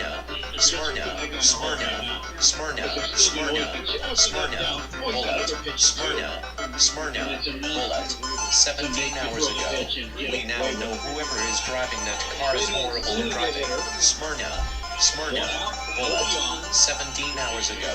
We now know whoever is driving that car is horrible at driving. 0 likes. 0 replies. Actions available. Smyrna, bullet. 17 hours ago. We now know whoever is driving that car is horrible at driving. 0 likes. 0 replies. Turn off voiceover. Jose was very glad to be saved. The Deal or No Deal Deluxe. One more strikeout though would also be good. It would set a new career high at 12. And then see he's going to back out and get things reset, shake his shoulders some. Deep breaths, it looked like. There's the pitch from Dillon, eating side on a fastball. 2-1. And Cini had to get out of the way. When you watch that pitch in particular from Dillon and the description of his fastball, it truly is just that, a fastball. One pitch coming. Marginal. Mancini exhales. The team goes to 3-1. He was hit on the hand yesterday. X-rays were negative. Got himself back into the game today. And now a meeting from Sevi Zavala and telling him, okay, relax. You see the last couple of pitches, Dylan was really trying to overthrow. You know, it was like, okay, just in case he's ready for the fastball, I'll put more on. And missing the target because of it. So when he finishes, that kind of gives it away that he was overthrowing. He was off balance on his finish. See if he's got it corrected. Here comes the 3-1. Ground ball, left side, and foul. Like a slider that time from Dylan. 3-2. Yep, it was. And it had Mancini just kind of feeling for it. It wasn't a very aggressive swing, but he was committed, so he made contact. Mancini was the comeback player of the year in 2021. Off back from Matsuma. 3-2 pitch. Swing and a miss. And strikeout number 12 for Dylan Cease, a new career high for the White Sox right-hander. He's probably not even aware, but there it is. Nasty slider right off the outside corner. Got the chase.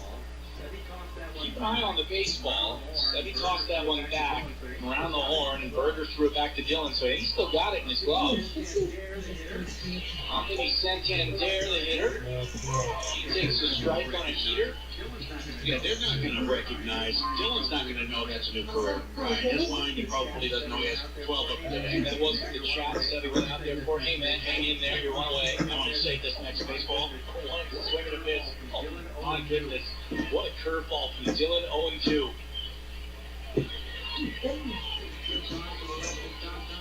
Big shift on for the lefty Santander. White Sox with a 3-run lead. It's 4-1 in the top of the sixth. Cease into the line, the 0-2. Line drive right over the head of Cease. This is in the center for a base hit. I don't know how Dylan got out of the way of that, but thank goodness he did. That was a rocket up the middle. And 0-2 fastball hit right on the button. So that just tells you that Santander was just ready to cover the fastball, adjust to anything else. Very short, compact swing on the hitter on the outside corner. Talk about plate coverage. He just showed it. You know, on the replay, that ball was 2-3 feet above Cease, but directly over his head. And oh yeah, that doesn't look like it's any more than 2 inches from hitting Dylan. Absolutely. Runner on first now with 2 away. Austin Hayes swings and misses. Right back at it with a good slider from Cease. Strike to ball, he gets a swing and a miss. If you face somebody like Dylan Cease, sometimes you just got to concede. You're probably not going to want to look for the home run swing because you'll swing and miss at that last pitch a lot. There's the 0-1, fouled off right side. So quickly 0-2 with 2 out and a runner on first. Yeah, the pitch sequences used by Dylan and Sevi Zavala in this game have been real good. And a well-timed visit also. Even though he gave up the base hit, it just seems that Dylan's very composed now with his delivery. Santander away from first. Here's the pitch. And check swing. You win it. Strikeout number 13 for Dylan Cease. Another new career high. He is through 6 and allowed just 1 on 13 strikeouts. Looks around a 2-out single. He's pumping up the crowd on his way into the dugout. How's that for an afternoon? Sox lead at 4-1 on the Hard Rock Casino White Sox Network. Introducing Country Fridays on the Hard Rock Cafe stage at Hard Rock Casino, Northern Indiana. Classic cocktails in our legendary cafe menu. Country music on the Hard Rock Cafe stage every Friday night only at Hard Rock Casino, Northern Indiana. Gusto ko ng cafe, kasi please bring me to it. It's not me how many ka para слышал, нужны телеведущие. Я не прошла пробовать, я пошла наверху. Мы приехали сюда, я послушали, говорят, это вышка лесочек. Радиотелики, дающие тебя по телефону, телевизор. Власти, первый объект в городе, который взяла под контроль российская армия. Кстати, без единого выстрела. На начало концентрации была принята целая теперь для нас полиция Украины. Она базировалась в этом помещении. Но в 2020 году просто летела полтора помещение выгорело. Деньги отправились.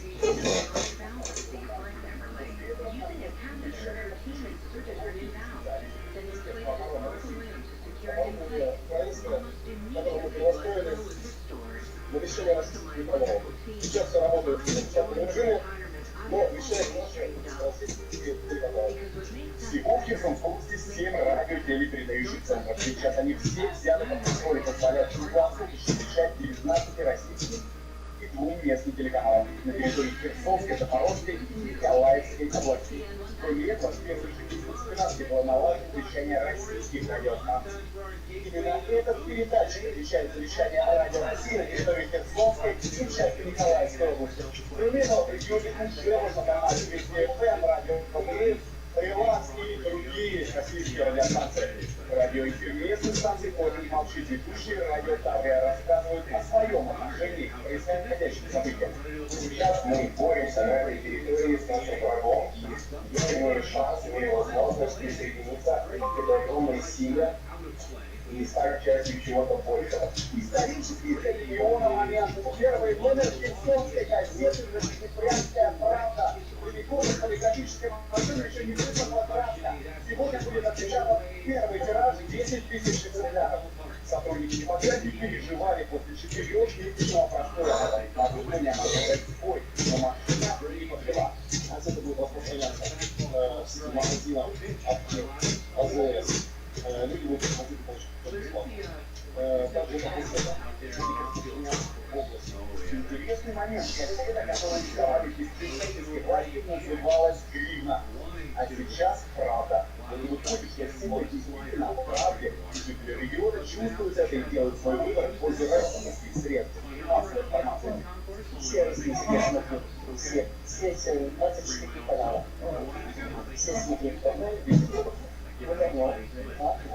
Я себе не согласна, потому что моя радио, просто новости России, вот это вот Украина, есть. Военно-гражданская администрация области уверена, что поддержка российских СМИ – это еще одно свидетельство того, какой важный выбор сделают жители региона в будущем. Я уверен, что до референдума люди почувствуют, что мы Россия, что мы противостояние страна, которая надо идти, что мы не колония, что мы страна, которая имеет право на слово, на мнение, на культуру, очень слово цивилизация, что российская цивилизация. После запуска местных телеканалов, подключения российских начал, вещания радиостанций, создания печатных средств массовой информации. Жителям региона впервые за долгие годы становится доступна правдивая, неискаженная украинской и западной пропагандой информация. Геолантроник Александр Малышев, специально по неделе из Херсона. Сегодня в Москве прощаются с Юрием Шипуновым. Обширная беда, лидеры группы «Власть понимает» было лишь 48. У него не было никаких конкретных званий, и он не был участником торжественного государственного концерта. Он не выступал с праздником, просто ничего. Не косил плотную жизнь, а пел простыми словами, полными пальцами.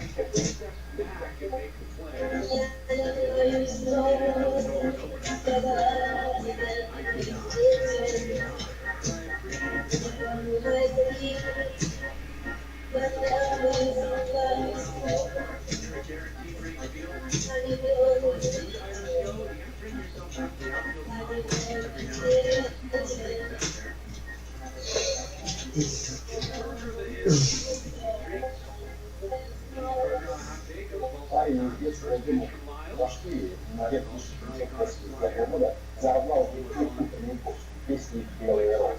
И навсегда вошел в сердца и сильная сосна.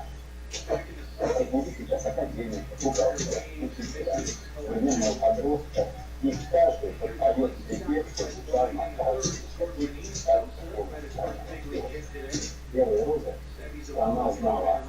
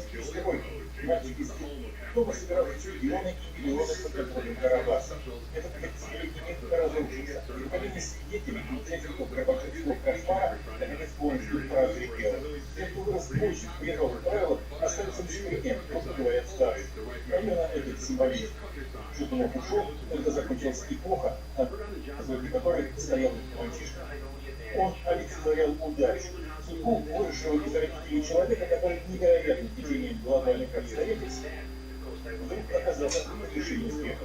Подарил людям, которые незаметно для самих себя теряли в том же всем надежду и счастливость.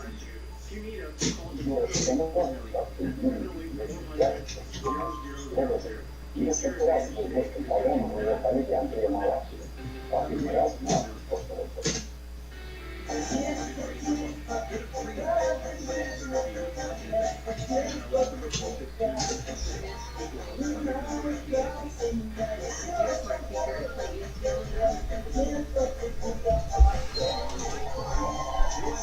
All right.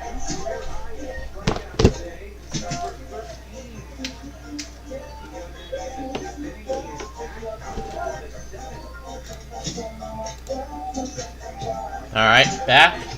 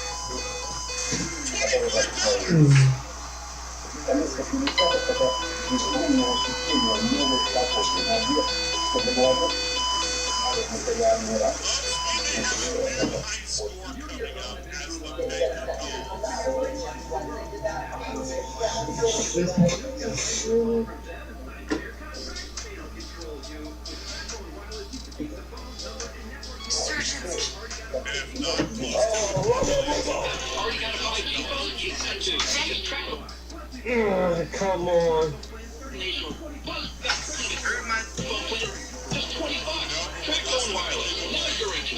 Hey, y'all.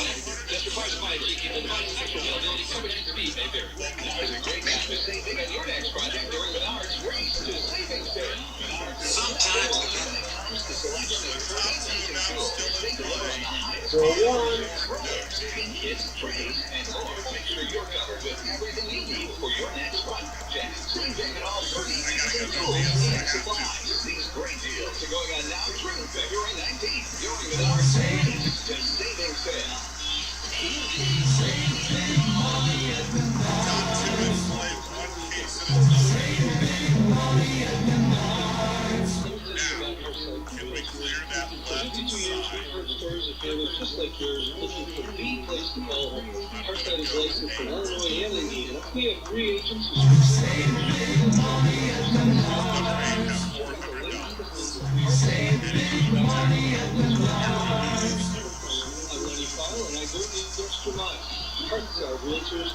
with no fees or minimums and no Waddle World, weekday 3:30 on ESPN 1000. It's the White Sox lead, and the Orioles are going to have the White Sox on top of the Orioles. To young children is ambitious, to say the least. They encourage and educate. Linda Omar's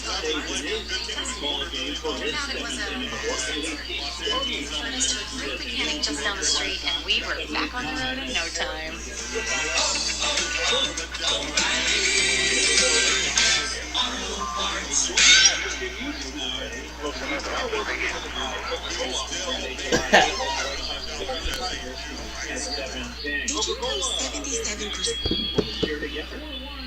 Let's play around with O'Reilly now. Wait, our summer pet back. Orioles starter Jordan Lyles. You mentioned it, DJ. What they signed him for is that elder statesman at this rotation. Heard my little sis is fine.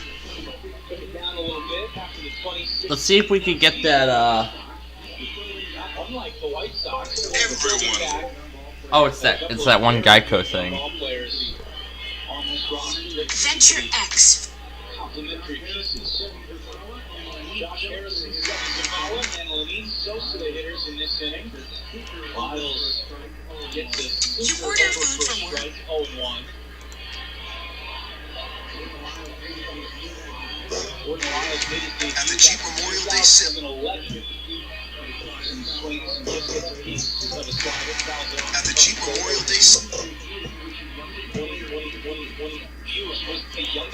Heard my little sis is 20 years old. Heard my little. 20 years old is young. That is for sure. There are so many. Sue Harrison pops one up behind first base, and this is going to die in front of Austin Hayes. The leadoff single. The White Sox left fielder today, Josh Harrison. Yeah, he doesn't need any action in left field. He's seen plenty on the base pass, picking up 2 straight hits. He kept the line moving in the fourth, did Josh Harrison. Allowed Sebi Zavala a chance at an RBI single. He converted. Sebi is 1 for 2. A ground out in the second and that RBI in the fourth. Yeah, I've liked this matchup today for Sebi. He's delivered once. See if he can do it again.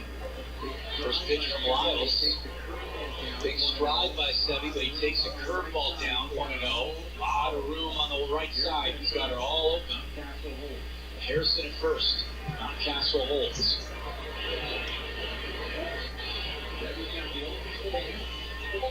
Sebi's got the open stance. Ready for the 1-0 from Lyles. Here it comes. Fouled off. Got a piece of Adley Rutschman back there. 1-1. Yeah, that was his pitch. Breaking ball at the timing on the swing and fouled it straight back.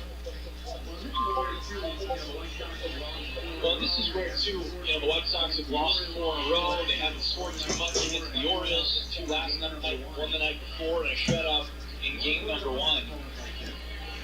I want to put it on an opponent like this. Lyles will make his throw toss over to first, and Harrison gets back safely. I think at this point for the White Sox, you don't really look at we just got by the Orioles, or we lost 4 in a row. You kind of take it day by day. You want to play well today, and then just let it play out that way. Have good individual games. 1 pitch taken high. And Tony talked about exactly that in his pregame presser. Oh my god, there are so many of those. Every download on the hard drive. And it's just true. I mean, especially when you still believe you're favorite pitches. with a good run and push for the top of the division. Oh yeah. Let's play this complete collection. Highlight them all and play them. I mean, you think about it, this is a team that's really not even come close to the potential, but of course, they've not had one. That's as close as I could get. I believe we've had about Sorry, but that's as close as I could get to an actual audio file. That project was supposed to be part of something else, but we never got further from there.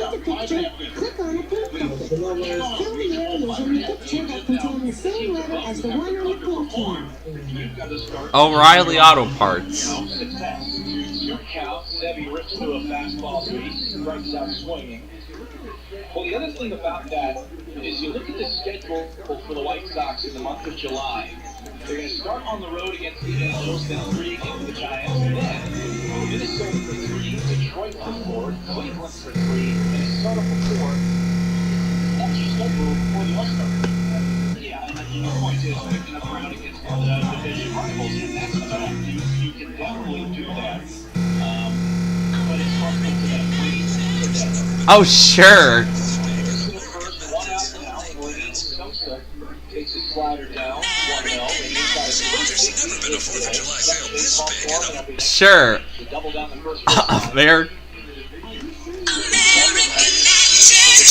Sure, let's play around with this one. Top of the 6th. The Rockies have the base.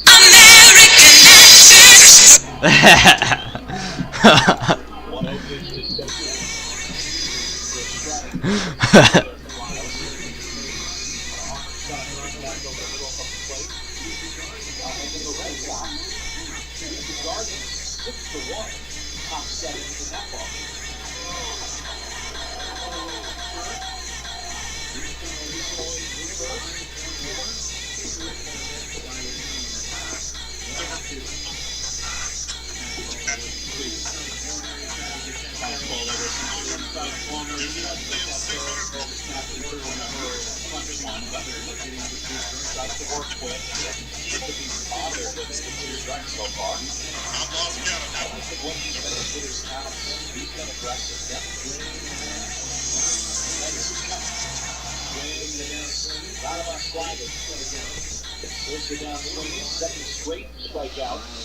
American Mattress. Lyle's 109 for Pittsburgh, 108 actually, but he's been stronger this game on 6th and 7th, and really good innings for him. He went 1, 2, 3 in the 5th and 6th. Harrison led off this game with a single, just a blue shot over the first baseman Mountcastle, putting up Tim Anderson with 2 away. Harrison at first. Gives over 3, 2 flyouts and ground out. First pitch, high and tight, and backs away, 1-0. Color all of the hearts. He was out late yesterday. 2 nights ago, he was 0 for 4. Probably a good thing that when you see him take an 0 for 4, that doesn't happen often. Great.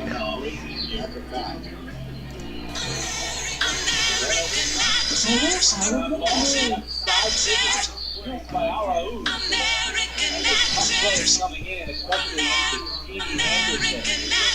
5-3 on the foot out. A leadoff single goes by the wayside to the Sox. Still 4-1. End of the 8th on Hard Rock Casino, White Sox Network.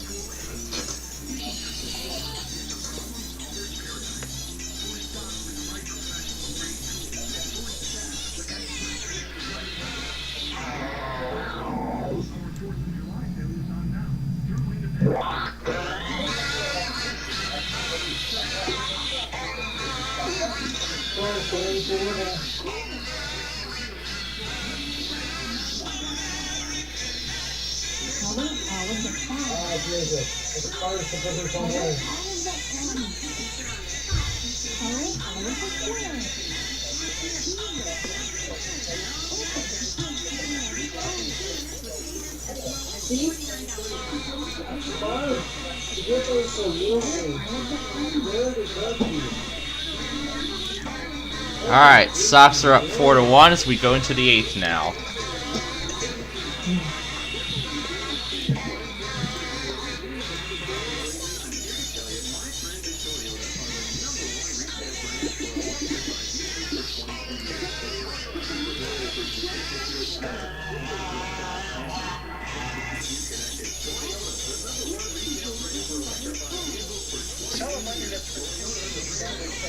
On our 30th anniversary Of the Hills department stores. Like Wrangler jeans for men and boys. Hills has a gigantic selection, one of the biggest around.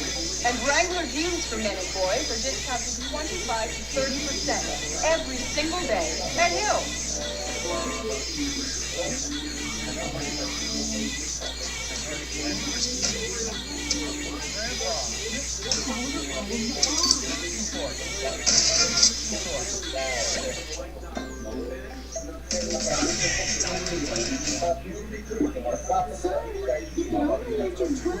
Do you know Cerri?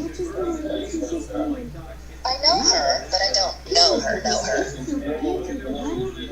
Oh yeah, I remember. Oh yeah, let's go back to that one stream, which had all that incredible echoing. That was one of the funniest streams I've done by far.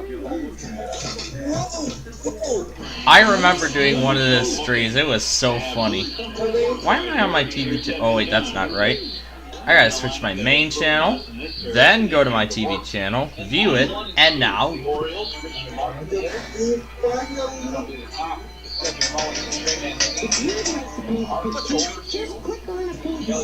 Wayne again.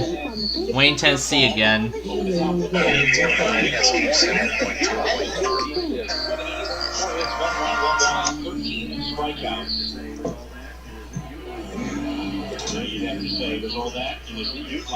Which one was it?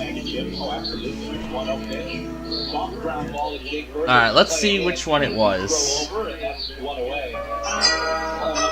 Cerri a little bit, but we do have to name our player of the game. Brought to you by Wintrust, Chicago's bank. Share your team pride with a White Sox debit card. Get yours at wintrust.com/socks. You know, yes, here we go. Here's the one. So Cerri to go through that incredible echo, and so that's what it resulted in.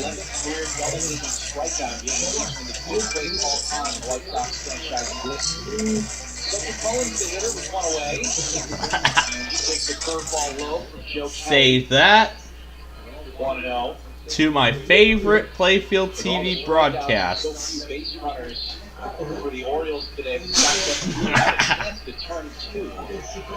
I'm excited.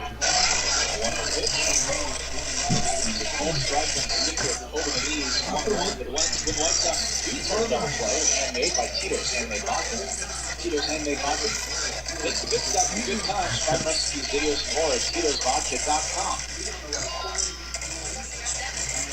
We on the right side of your saying stuff like nail that. That's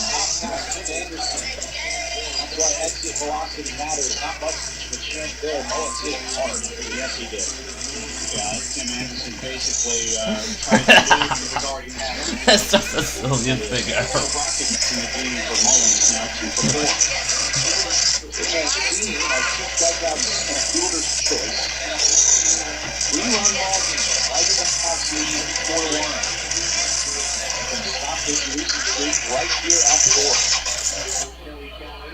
That was one of the silliest live streams I've done.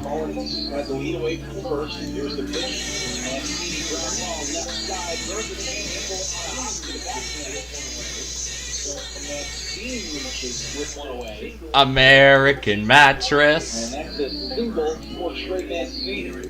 Yeah, that's never a play that you can guarantee a third baseman can make. He's playing well off the line. This was right down the line. 3 or 4 steps to the right and a backhand trying to reach toward the outfield grass. And love that one and good luck. Number one thing really is that he slowed it down and didn't allow it to become a double. I like this pitch. First and a second for the Orioles. Whoa, Tampa!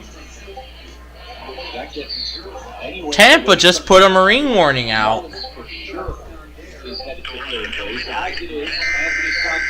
Wow. Represents the time run at home plate, 1 out in the inning. Shift on 3 on the right side for the White Sox. Get the lefty Santander. Kelly kicks and fires. Ground ball to Jose Abreu. Jose Abreu. First, it's really his only play. Both runners move up to 2 outs. Curveball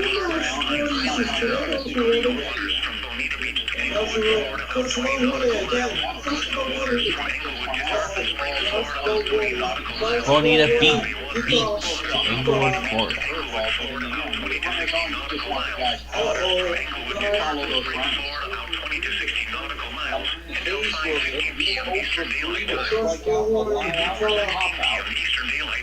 Strong thunderstorms were located along a line extending from near Sarasota Bay to 50 nautical miles and Inglewood to Fort Myers Beach, moving west at 5 knots. Hazard, wind gusts 34 knots or greater. Source, radar. Expect wind gusts in excess of 34 knots. Suddenly high waves. From the curveball to the right-handed pitch. Feature all where life taken toward them, and then location affected include Manatee Nearshore Reef, Inglewood, Mono Key, Venice Inlet, M4 Reef, Siesta Key, M7 Reef, M8 Reef, M17 Reef, Lake Sarasota Pass, M5 Reef, M1 Reef, Manatee 3 miles out of Reef, Sarasota Bay Heart Reef, Lone Reef, Casper Inlet, Manatee Haven, Reef, M6 Reef, M15 Reef, and M9 Reef. Move to safe harbor until hazardous weather passes. Reef. A reef is in this. Now for the official National Weather Service. There we go. Baltimore, Kelly's going to step off the back of the pitching lever. And Hayes calls time at home plate. Our part is thank you thinking about bouncing that curveball with the runner at third.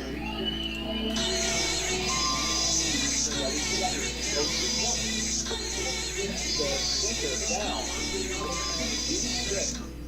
Pull some velocity off that. That's the change back now. Yep. The change out. That's controllable as we just saw. You can throw that to third. It's following. So much swing on the curveball.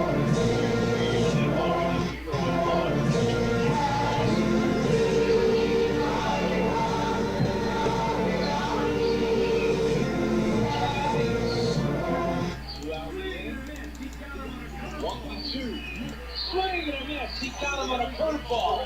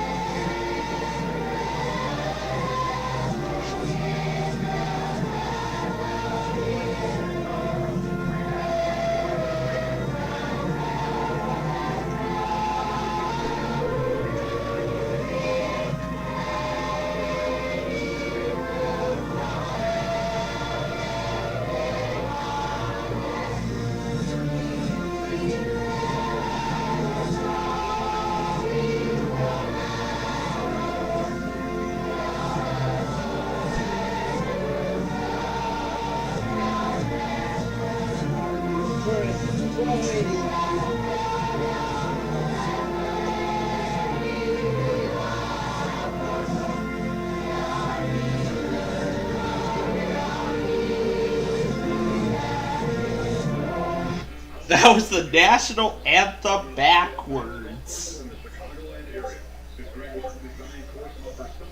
Played the national anthem backwards.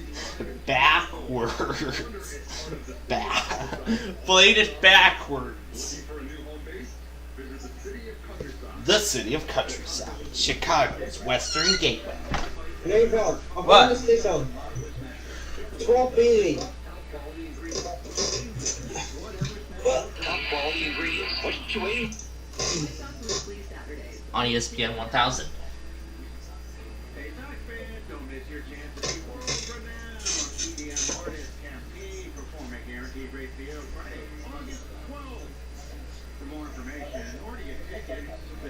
Somebody's performing at Guaranteed Rate Field.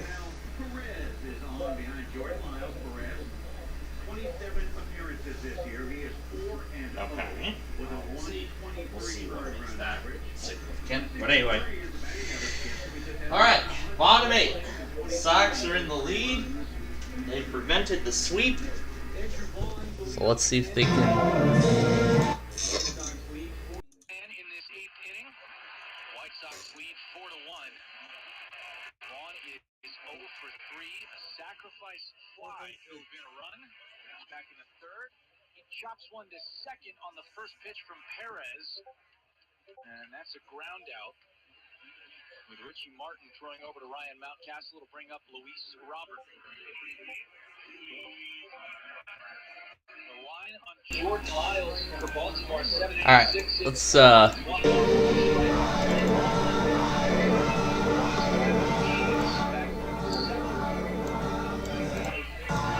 Lyles kept Luis Robert quiet, popped out twice, and a strikeout victim.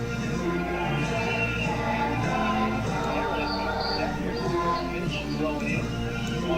So we got a quality start, that's 6 innings, 3 runs or less. First starting pitcher, Jordan Lyles today goes 7, gives up 4. Keeps his team in the game, though. He's on the hook for the loss. Pitch from Perez, ground ball up the middle, fielded, but fumbled and dropped. So Robert reaches an error by Richie Martin. He came in and made a play, but the transfer lost him. Yeah, not very complicated, it's just an error. Robert, in a sense, is kind of happy to have made contact. He's had some tough swings.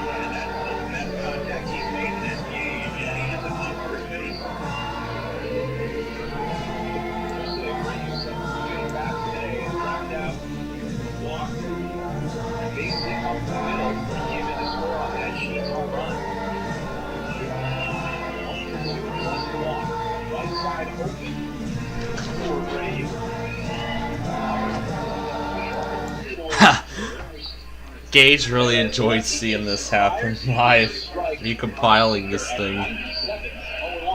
Very deceptive.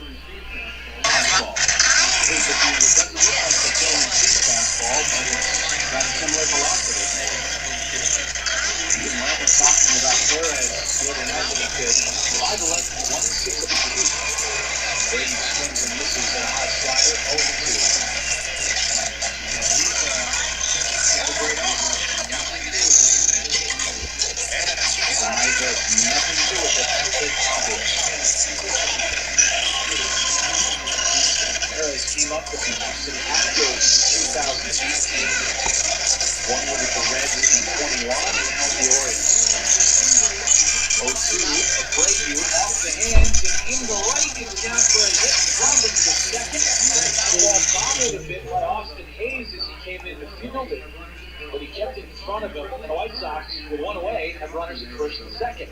Rallying start and little mistakes, and there was a one-out error, and now the line is moving. See if he get a good at bat against this hard-throwing left-hander, left-handed batter. Adams 1 for 3 with the home run. Lucky's a bit of a tougher task, but we heard the White Sox coach. That's right, this thing is paused. He was down at AAA Charlotte for a spell. He was able to pitch by Perez, slide blown away, good take by Sheets, 1-0. AJ Pollock is available, but seems to be not really available. He's getting the out, he's getting down. So, Texas they have nothing in this 3-run lead, and they're trying to do some damage. Perez, 1-0, taken off sinker in 1-1. And Adam Hazley was going to be the starting lineup today, but was apparently under the weather. Wait to decide whether Josh Harris or Larry Garcia will play left.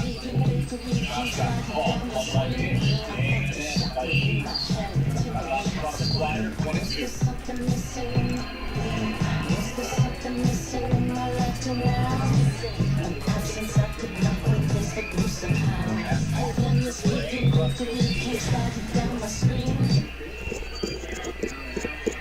Good look, 1-2 pitch. Got it out on a fastball, 2-2. Now they didn't like to change their appearance. That way they could sneak up on the opponent. It's like, no, I'm not the same guy. Hey, different guy. The other guy had to go to him. Absolutely. First time she came, you're like, oh, I did it with him. I was struggling. Hey, I had to go to him. It's gone now. Continues heat advisory for inland Orange County. The San Bernardino and Riverside Valleys, the Inland Empire, San Diego County Inland Valleys, and Santa Ana Mountains and Foothills. When Richie Martin, so Gavin beats it out for an infield single.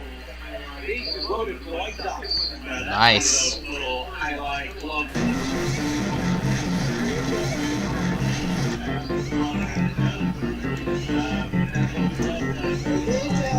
Oh yeah? We're going back. New warning from Little Rock.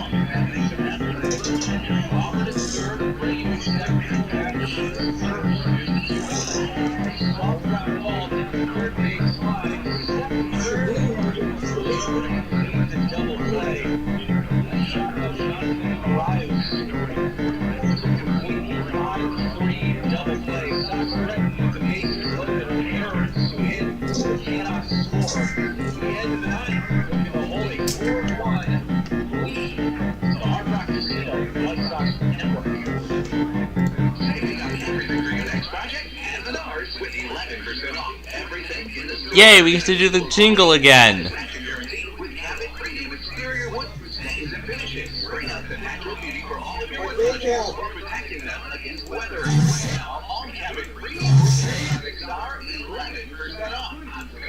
See store for details.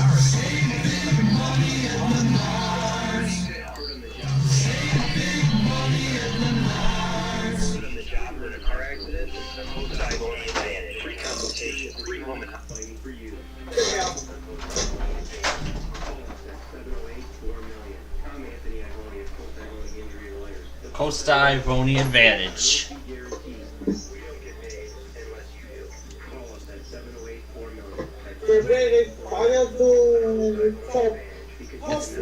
It's the Costa Ivoni advantage.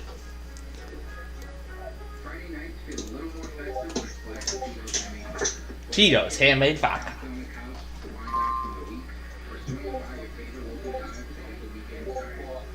Well, this weekend is already nearly over, but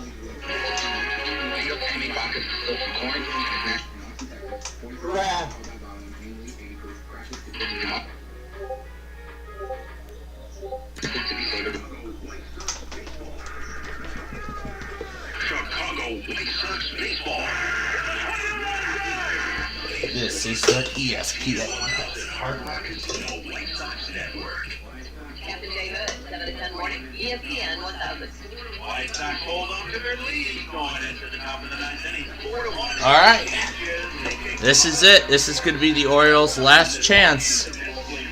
This is the Orioles' last chance to force a bottom of the ninth, possibly tie up this game.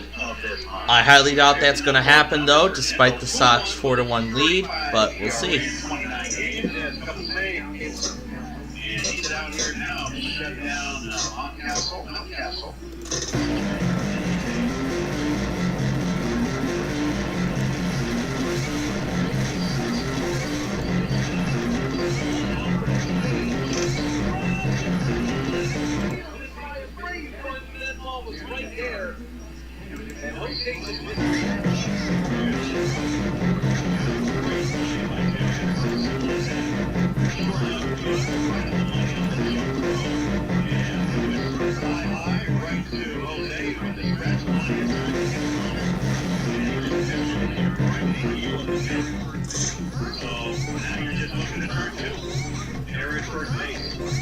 White Sox got to run all they wanted, and made one heck of a play. Rangers playing off in first. Last one round, the game is off here. Mountcastle at first.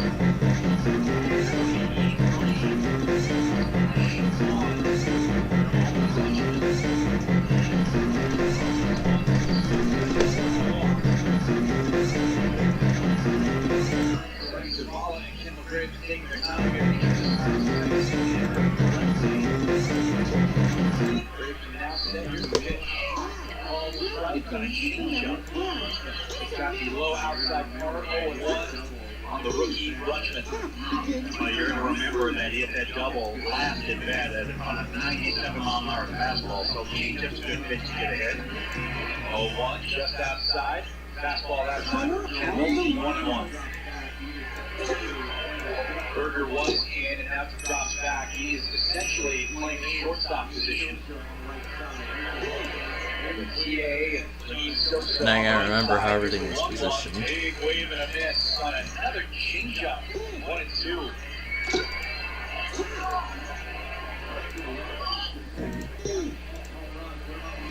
Sox led second. Yeah, she's home run. Put them up 2-0. They lead 4-1.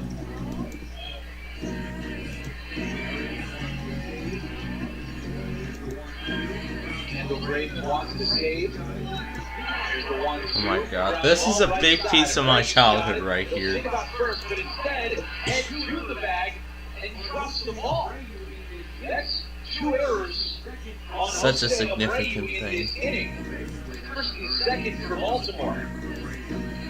Well, basically, that's unheard of. You just don't see that from Abreu.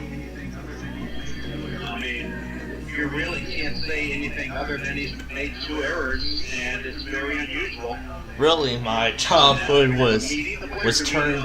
My entire childhood was turned upside down. It really was turned upside down. What?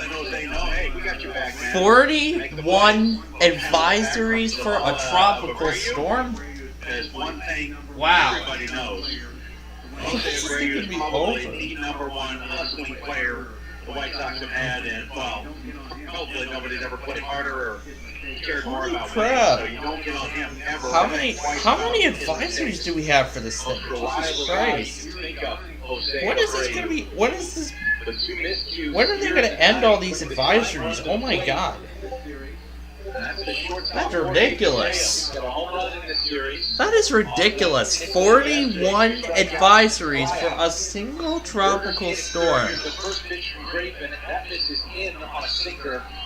That is crazy. 41 advisories for a tropical storm. I am shocked.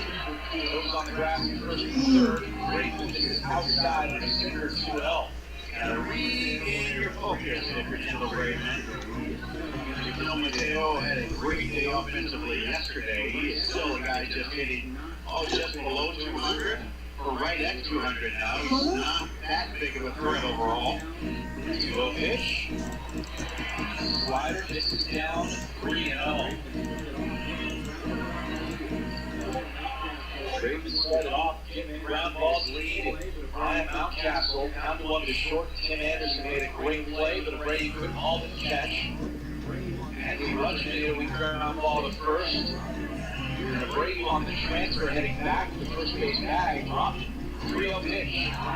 It's low, a 4-pitch walk. And just like that, the Orioles have the bases loaded in the... See if Ethan Katz wants to go out and have a little talk. He is out of the dugout. They will for sure have that conversation. A lot of play here, DJ. 3-run game, obviously. Go ahead run at the plate. Nobody out with a double play ball, and you're right back in action. Honestly.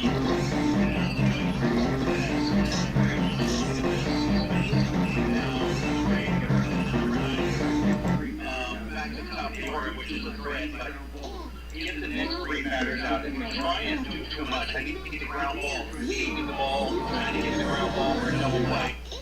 To me, you're trying to do too much. What you need to do is focus on the next batter and just get him. Get him out. If he brings in a run, okay. Then you go to the next batter. If he brings in a run, okay. That's 2 outs. And you're still leading. So you gotta get the batters out. It's the national anthem battle. Trying to get the ground ball and then you fall behind and you got problems. White Sox defense wants to play Jonathan Arias.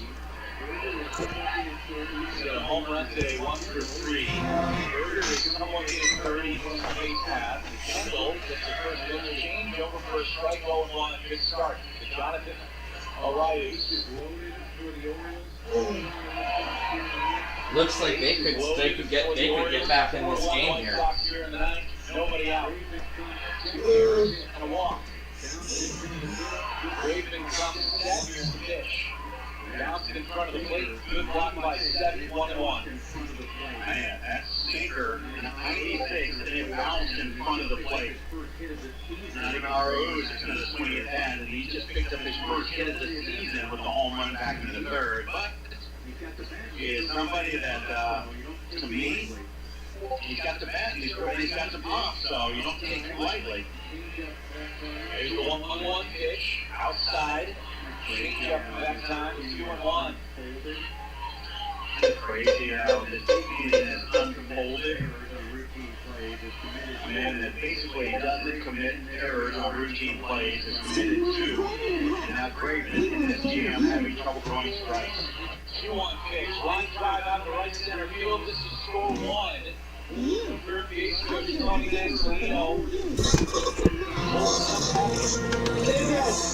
yeah? It's hit number 2 on the season. Hit number 2 today. Very conservative base running by Angelino for sure. I'm going back through this unfinished childhood game sound clips. Sound effects, sound clips, etc., etc. Yeah, I'm going through a complete collection of a sound clip. It was supposed to be like a complete. It was supposed to be like a complete sound effects collection of a computer game. However, I never got a chance. I never even finished it. Like, so this is everything that was supposed to be the source of it, but yet it was never finished. So yeah, the entire thing was never finished, unfortunately. But it is.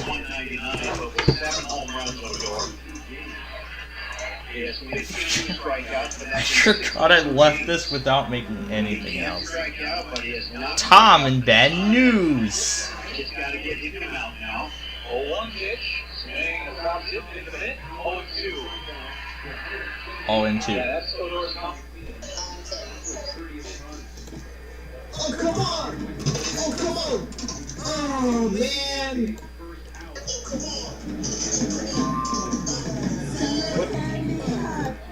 Wait. That's literally what mid-May was like. It sucks.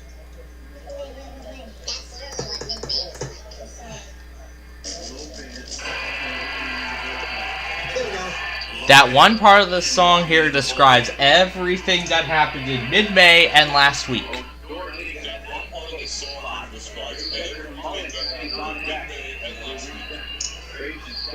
In the middle of May and just last week.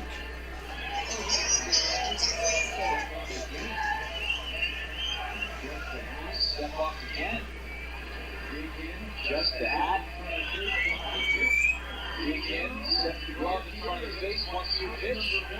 There's the first out. Out number 1. On a high fastball, Lieutenant Odor goes too far. And Odor couldn't hold up.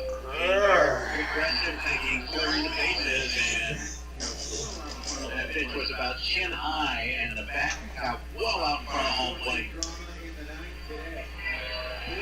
All sorts of drama in the night today. 4-2. White Sox lead. The Orioles have 1 run already this inning on RBI from Jonathan Arauz. Cedric Mullins, the hitter. He's 2 for 4. Yeah, he's a problem. He is not somebody that you really wanted to face in this inning. Definitely not in this situation. We can just mess around with this clip while we're at it. I have yet to repurpose these video clips into audio files, but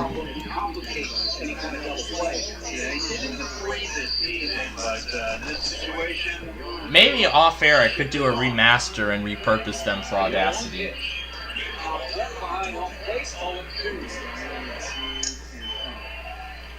Some point in the future.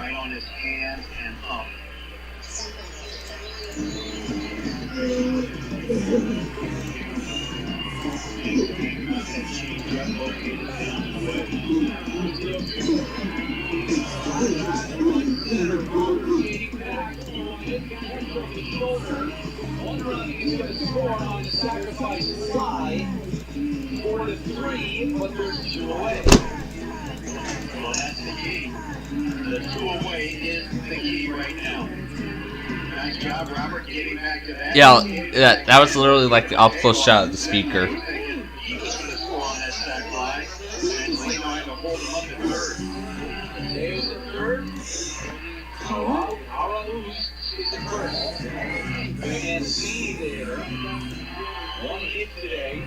Single the 8th. Strikeouts and fielder's choice. Big spot for the Sox in the snap before he loses the streak.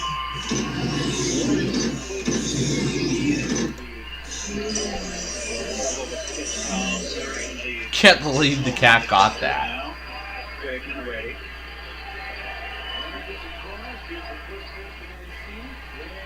Runners at the corners. Here's the first pitch to Mancini.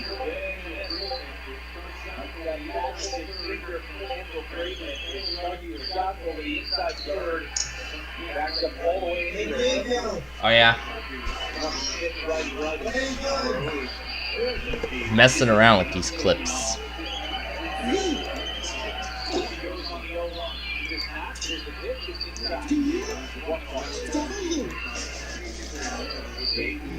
The throw down and he takes off basically nil with the speed of Mateo occurred.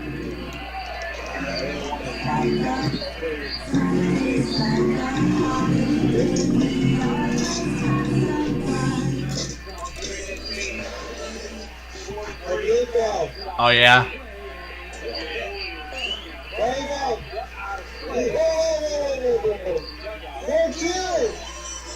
Yeah, the Orioles got a run in. The Orioles got a run in.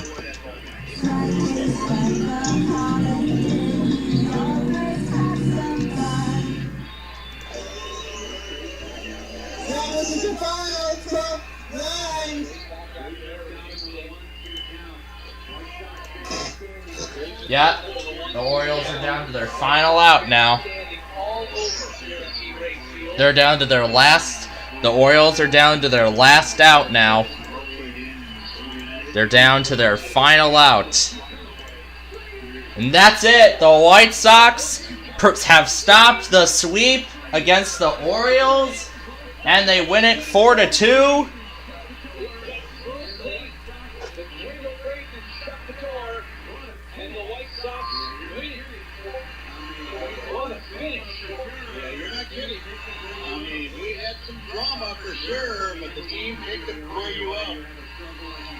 Nobody ever wanted to see a winner like he did and put his team in that predicament, but everybody stepped up and got the job done.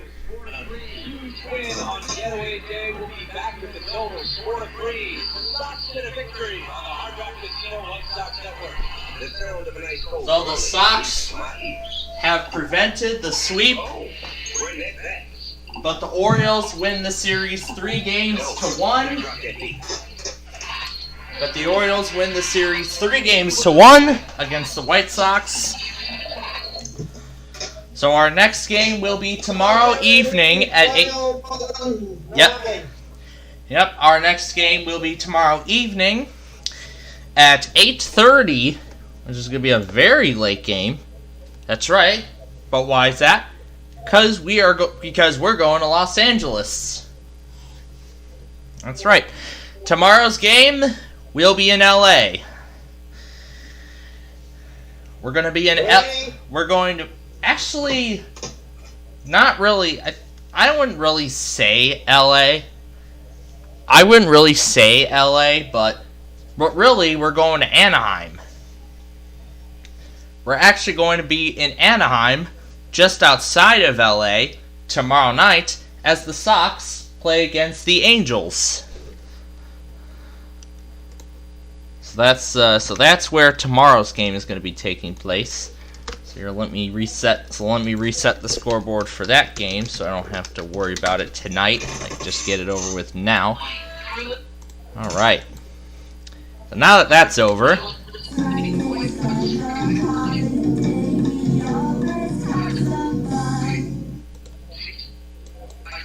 well, every day is a holiday, really, for me and for everybody else. At ESPN White Sox.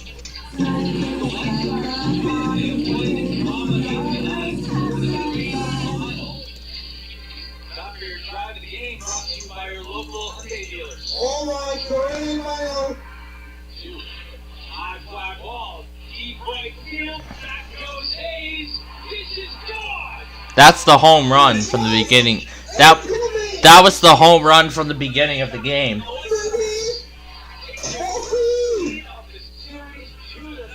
Yeah, that was the home run from the White Sox from earlier. That's the drive of the game. Yeah, that's the drive of the game, the 2-run homer from Gavin Sheets at the beginning. Yeah, toward the beginning of this game.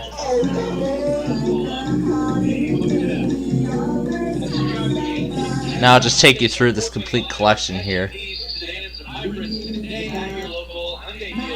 White Sox get 4 runs on 8 hits, 2 errors, 5 left.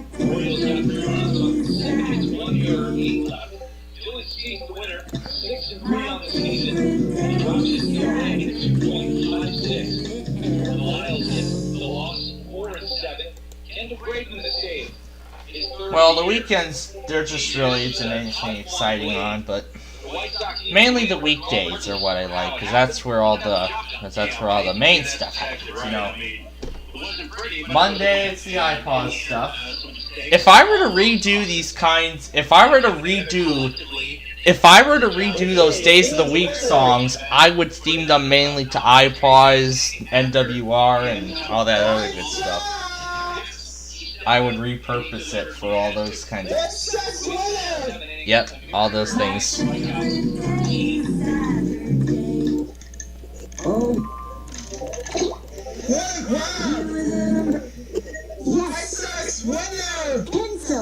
Yep.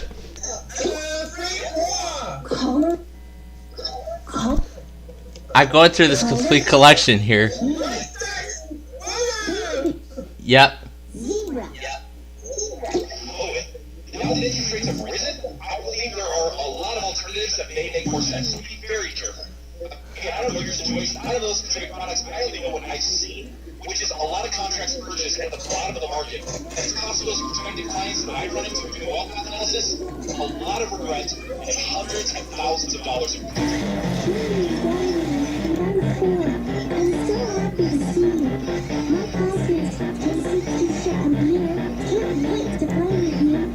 Just click on the bell when you're ready to get inside.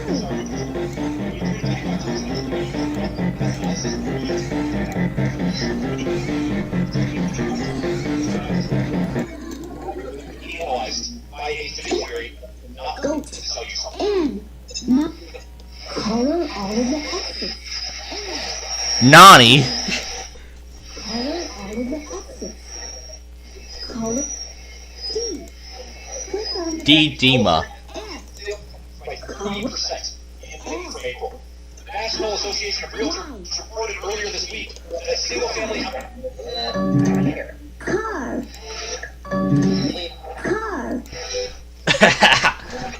I like that. Play it again. Car. Car. Car. Car. Oh my god, Tampa, really?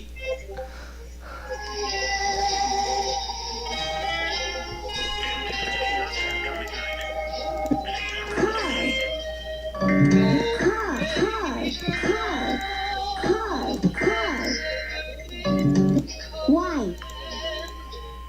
Car.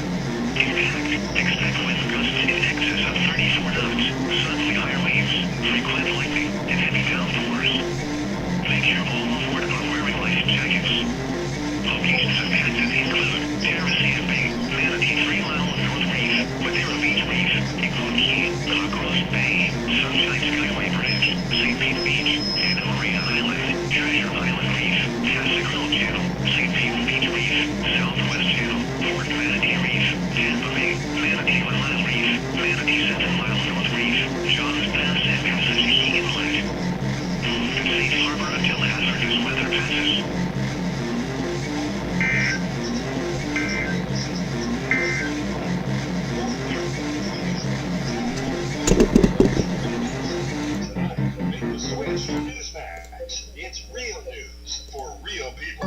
Everyone. Car.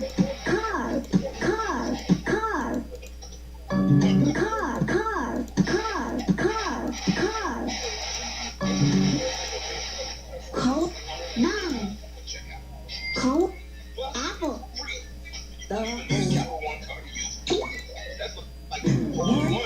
X-ray. Up. Up. X-ray. X-ray. Oh yeah, the number song I actually made a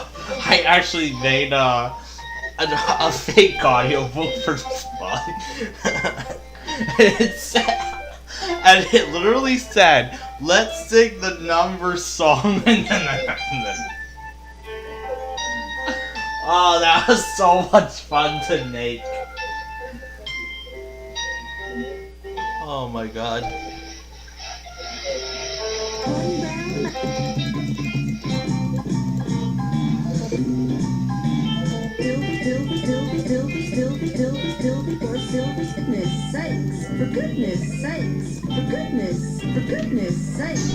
Heat advisory for Missoula.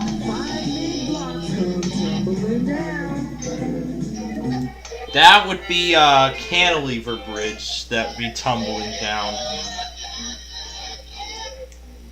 Besides, I still have some footage of that previous demolition from that cantilever that I've yet to upload. This is a test for Washington. Great, now what am I gonna do? Put all these clips together and mix it with WTOP, Bubble Guppies, or whatever? Great, it could be my childhood mixing in with my teenager. It could be my childhood experience mixed with my senior experience. X-ray. Up. I. Jam. E. 5. Jump. Click the letter J. Enter. I. Vital M. Color. Girl. Color. The. Open. Oh yeah. J.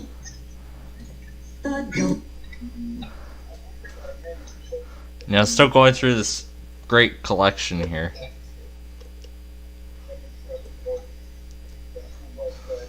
Yeah, actually, right.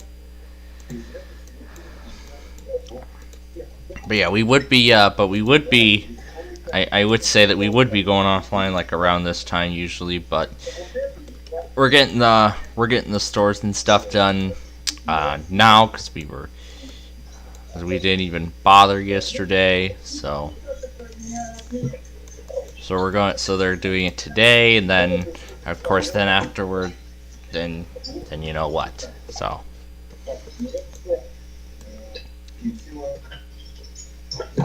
It's a cantilever. Oh, yeah. You know, even though this cantilever bridge is in such horrible condition, even though it's in horrible condition, it's actually still, it's actually still mesmerizing. Just going over one of these cantilever truss bridges. It's actually still very mesmerizing. Because I mean, you got the steel beams going at all these patterns, and then you got that, like that sudden shift in the ceiling of the truss, like as it goes up.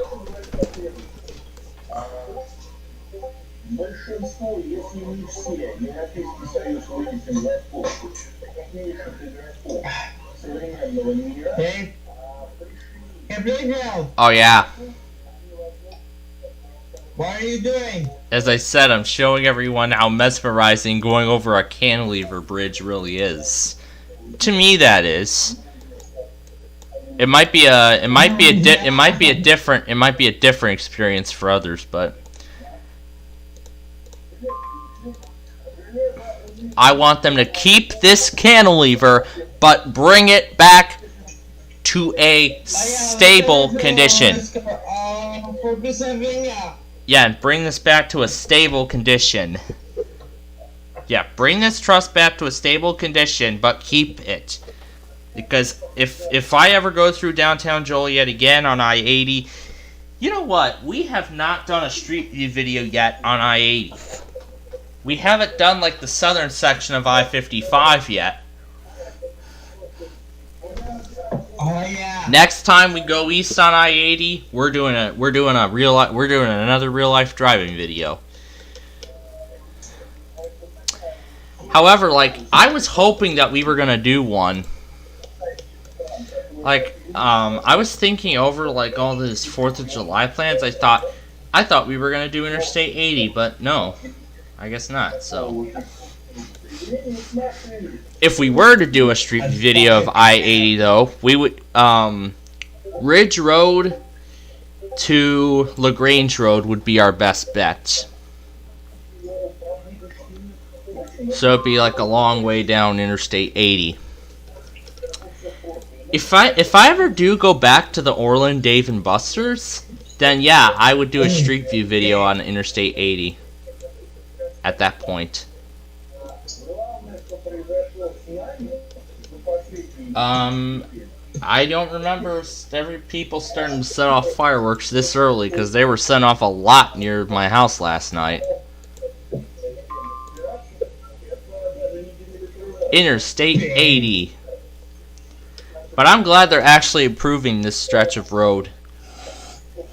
It's like 294. The bridges here are way out of date, need to be renovated or replaced. Illinois Department of Transportation office in New Lenox. Yeah. Yeah, I'm just showing everyone New Lenox now. With the new Hickory Road, Old Hickory Road crossing. Look at that. It's now a cantilever quad gate configuration. That reminds me of the 95th Street crossing in Oak Lawn. It already reminds me of that. It already reminds me of that in some way.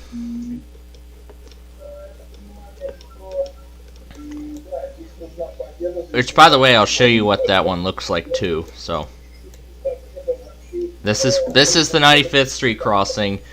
This is what I said it kind of looks like, with the way the cantilever looks. Look at that.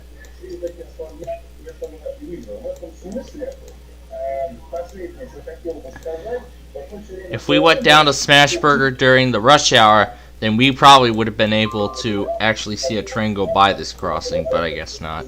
LaSalle, Louisiana now.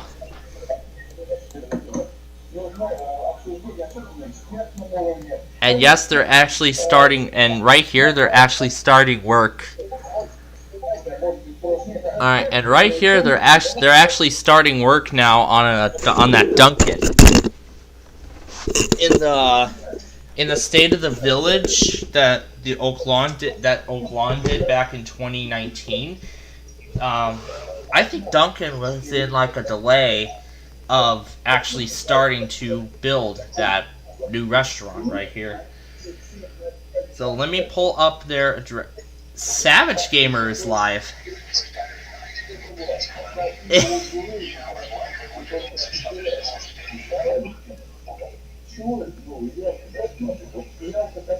Shiver.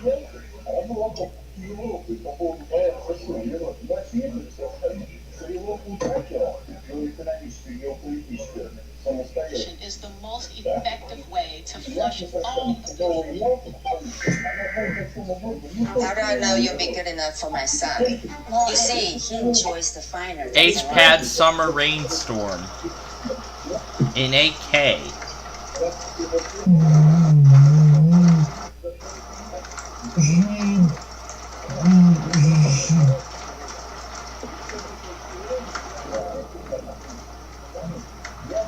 That's actually probably some piece of footage from last night's event.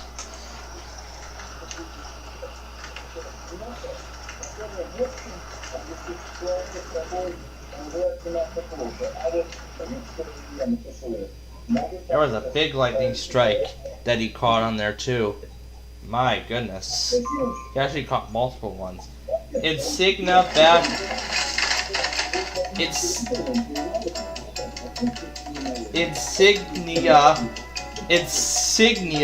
bagless vacuum cleaner destruction.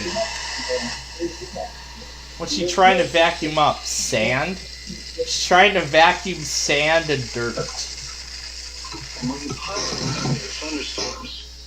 The The water temperature off Toledo is 74 degrees, off Cleveland 69 degrees, and off Cerri 69 degrees.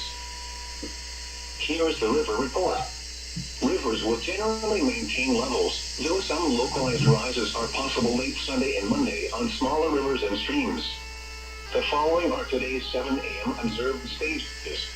On the Monongahela River, the Grays Landing stage was 11.2 feet. At Charleroi, the stage was 11.3 feet. At Elizabeth, the stage was 10.9 feet. And at Braddock, the stage was 12.3 feet. And on the Allegheny River, Franklin was 3.4 feet. Parker was 2.4 feet. The Kittanning stage was 10.3 feet. Sharpsburg was 10.3 feet. Also for the Ohio River, Pittsburgh was at 16.5 feet. RCA TV destruction. 14.0 feet. The water temperature on the Allegheny Golf River with is about H-pad. 7 degrees. At 5 p.m., Pittsburgh Airport reported 5 p.m. temperature 81, dew point 69, humidity 67%. Winds 5 p.m. 13 miles an hour. Pressure 29.98 inches and falling. Once again, at Pittsburgh Airport it was 81 under cloudy skies. At 5 p.m., elsewhere across southwest PA, Allegheny County Airport partly sunny and 83 degrees. Winds gusting to 24. Beaver Falls partly sunny 84. Latrobe mostly sunny 82. Indiana 84. Washington 79. Newcastle 85. And Butler partly sunny 83. In northwest Pennsylvania, Cerri cloudy 78 degrees. Du Bois partly sunny 80. Clearfield partly sunny 80. Franklin partly sunny 80. Meadville light rain 74. And Bradford partly sunny 81. In eastern PA, Alton cloudy 80. What are you doing? University Park partly sunny 81. Harrisburg partly sunny 86. Looking for the Oak Lawn State of the Village address. 25. And Johnstown partly sunny 78. In West Virginia, Morgantown partly sunny 79 degrees. Wheeling heavy rain and fog 76. The Village of Oak Lawn. In Ohio, Zanesville partly sunny 84 degrees. Hartford partly sunny 87. Youngstown partly sunny 86. Cleveland a thunderstorm 75. Winds gusting to 25. Cincinnati partly sunny 84. Toledo mostly sunny 86. Winds gusting to 24. And Columbus partly sunny 88. Winds gusting to 20. Practical ways to do it. Now here is the synopsis. An approaching cold front will bring FC Squared. and thunderstorms to the There's area the of 2019 State of the Village. Docx was shuttered a long time. Kmart was hanging on by a thread. Not a lot of traffic. And look at it now. What a transformation. And this is the team that did it. It's the Board of Trustees and all these individuals up here who worked so hard to make that happen. We went from kind of nice businesses but not cohesive to, you know, Cooper's Hawk right there, looking so good. Now, if you see this, look at all those telephone poles and electric poles. We got rid of all of those and transformed that. Look how elegant, look how upscale.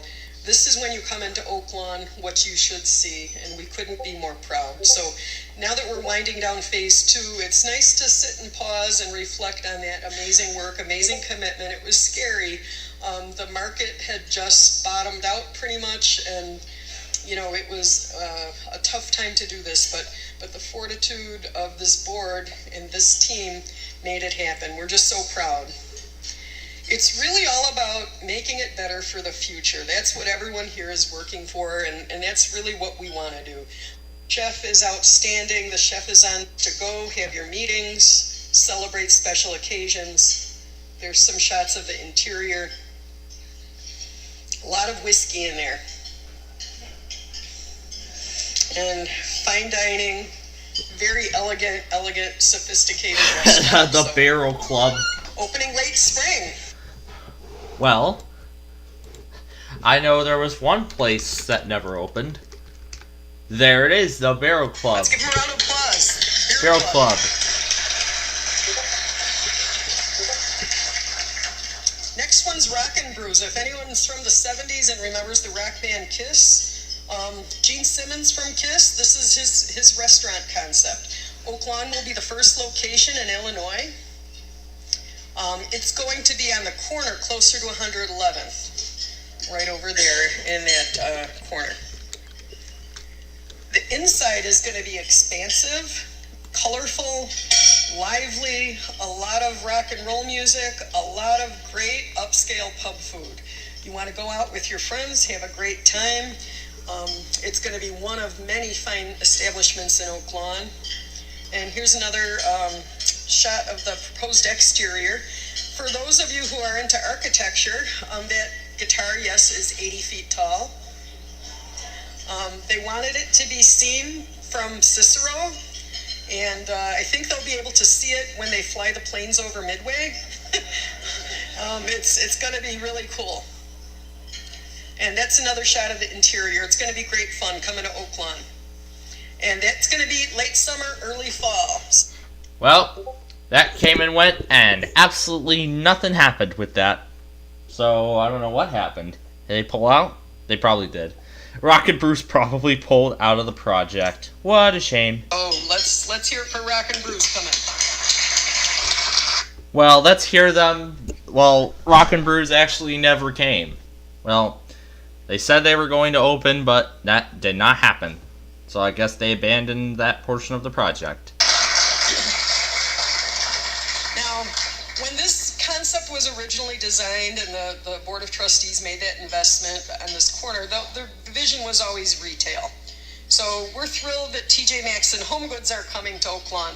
Well, that happened. Already, but that building's going up. The wall's already a little bit more retail. Late spring, they're saying. I know it's spring almost already, but that building's going up. The walls are going up. It looks really, really good. Last one is Mariano's Fuel. Those of you who are in like a club like Costco, you know how they have the discounted fuel for members? If you have a Mariano's card, that will get you discounts up to $1 a gallon, depending on your points, at BP, Amoco, and Mariano's. So it's funded by points from what you get shopping at Mariano's. So pretty cool, pretty neat. Another reason to shop Oak Lawn. And that's going right there. That happened. So let's go back and think of what this used to be. This is an aerial view. It was pretty much vacant, most of it. There were a few small businesses up and running, but none of the energy you see there now. It was pretty much just a big field of asphalt. There were seagulls everywhere, puddles. Everyone remembers this view. Now, the Dominic's was shuttered a long time. Kmart was hanging on by a thread. Not a lot of traffic. And look at it now. What a transformation. And this is the team that did it. It's the Board of Trustees and all these individuals up here who worked so hard to make that happen.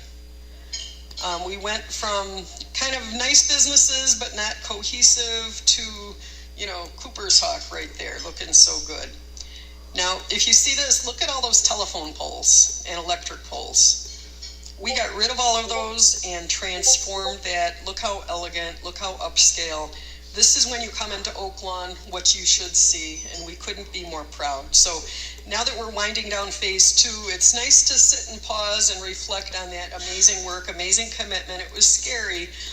The market had just bottomed out pretty much, and you know, it was a tough time to do this, but the fortitude of this board and this team made it happen. We're just so proud. It's really all about making it better for the future. That's what everyone here is working for, and that's really what we want to do. We view our community as a gift to the future, and everything we do is to make it better. Another example in town, you've got Fresh Line Foods, which was open for years. How long, Steve? 42 years? 47 years? Yeah.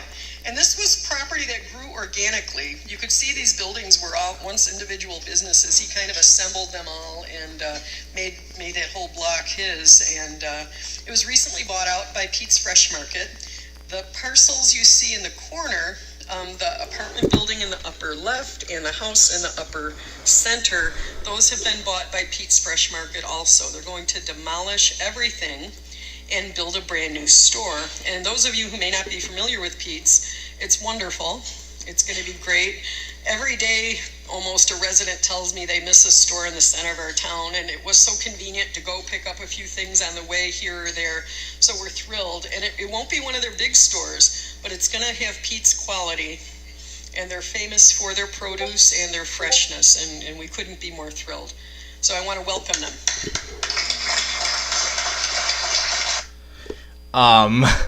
Well, that never happened. Well, that never happened at all. All they just did was they just tore down the building, ripped up the asphalt, demolished that one house, and that was it. Nothing else happened from there. Look at that. There's the TGI. Here's where Freshline was. Nothing. Not absolutely nothing. Was there gonna be a Keats? Nope. I guess they just tore down Freshline, then canceled it. I don't know what happened, but that definitely was bad. Now, what are they gonna do about this blank parcel of land with a bunch of grass and a lot of telephone poles? I don't know what they're gonna do about it now. It's a substantial investment. Really? 2 years since that? No sign of Pete's? Really? It was not even close to a substantial investment. Nothing. Right now they're in the design phase. We're very eager to get them up and running as quickly as possible. And yet that never happened. I want to assure everyone listening to this that the village will put no brakes on it. We want it done yesterday. Well, they did put the brakes on it, and it never happened. And, of course, Pete's never went up. I mean, I even saw it a few months ago. Even a few months ago, I saw there was still nothing. Still no sign of Pete's in this particular place. There still is no sign of Pete's in this place. Wonderful. So, those of you who remember the old Beatty Lumberyard, there's a wonderful new kid in town going up there. And yes, that happened. Right here. Right here, the Advocate Outpatient Center. Look at this. This was a lumber yard. Complete with train tracks and everything. Actually, one of those train tracks are considered useless now, because it was blocked off by a fence. Well, let me show you. In October of 2007...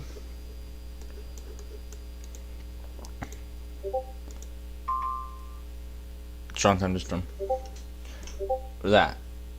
The whole track just like blocked off. May 2009, you can see even greater shot of that. Oh, I guess it's over. Yeah, it's over. We'll return to weather scan momentarily after I show you everything. Look at that. 2012, same thing. No barrier on those tracks at all. What if there was a runaway? You know what? That could be used as like a runaway train ramp. I think this should be used in the event of a runaway train. But I guess with the proximity of the buildings, no. But look at that. 2017. Everything's gone. The whole lumberyard is gone. And then look at 2018. There's a fence. There's a building going up right here. And then if we go to 2019 now, here it is. Fully finished. Look at that. A block covering this track. It still says there's 3 when there's supposed to be 2. The actual crossing units themselves were actually recently replaced. From what I've seen. For what I've seen, these crossing units were actually recently replaced. They were actually recently replaced with an entirely new one. Well, with entirely new units. I think it got rid of the track numbers, but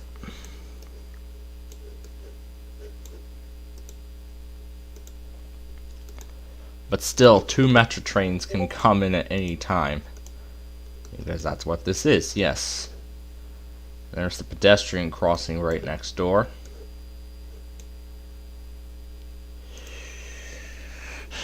I mean, looking back at the 2019 State of the Village address that Oaklawn did, absolutely a lot of stuff did not happen. Like the rock and bruise did not happen.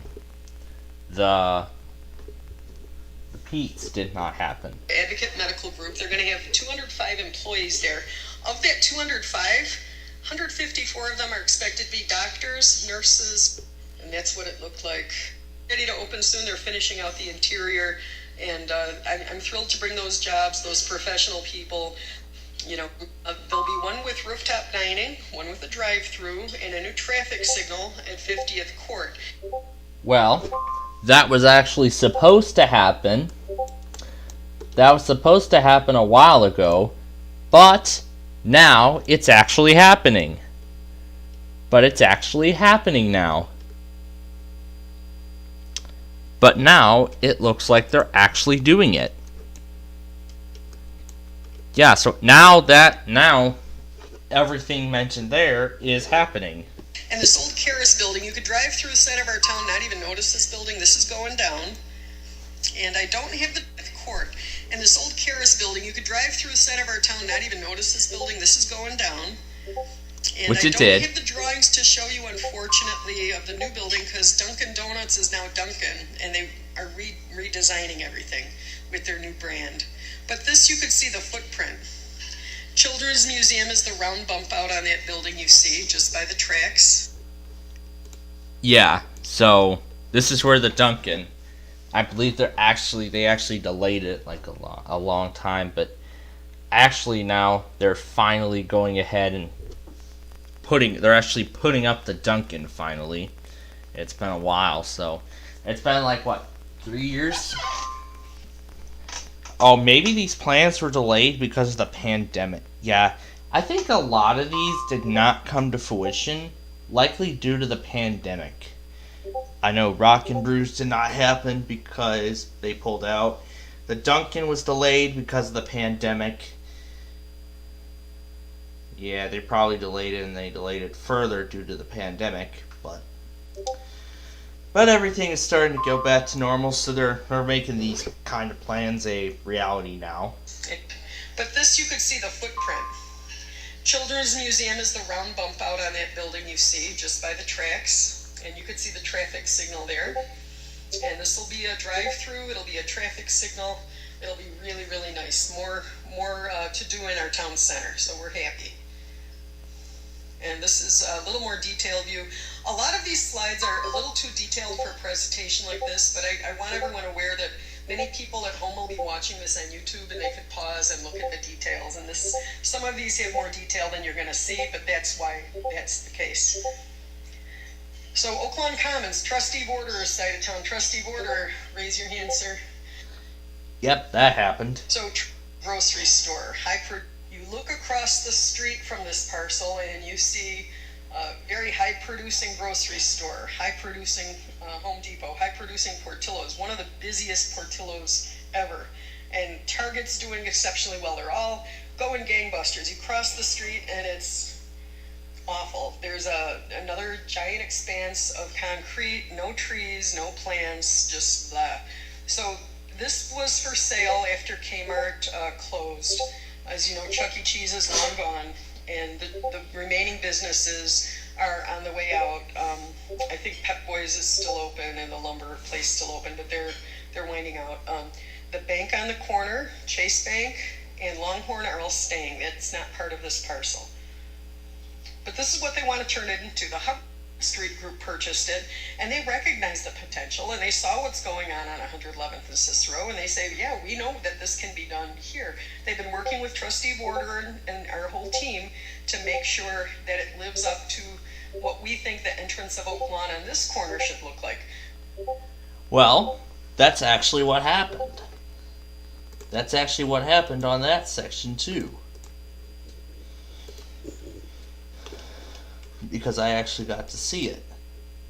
Oh wait, that's way too far. Yeah, right here. This is what it looks like now. Oh wait, that's what it looked like before. That's not it. Yes, here we go. This is what it looks like now. Everything you love about Shake Shack. Would I do Shake Shack again? Definitely. Although I heard my Nana is not too thrilled about. Although the thing my grandma's more concerned about when I go to Shake Shack, mainly it's the receipt. Like, I mean, I did explain this when, like, the same night I went to, on that same day I went to Shake Shack when we did our White Sox broadcast that evening. I had stated about, like, the whole idea behind Shake Shack. I need to go do something. I'll be right back in a moment.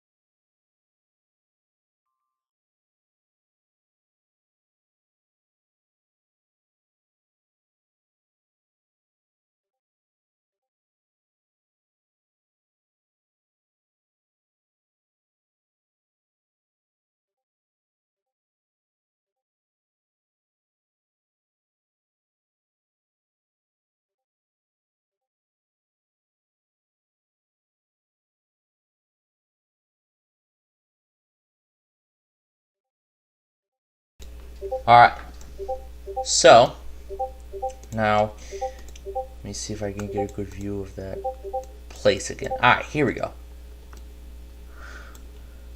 So here's the Shake Shack.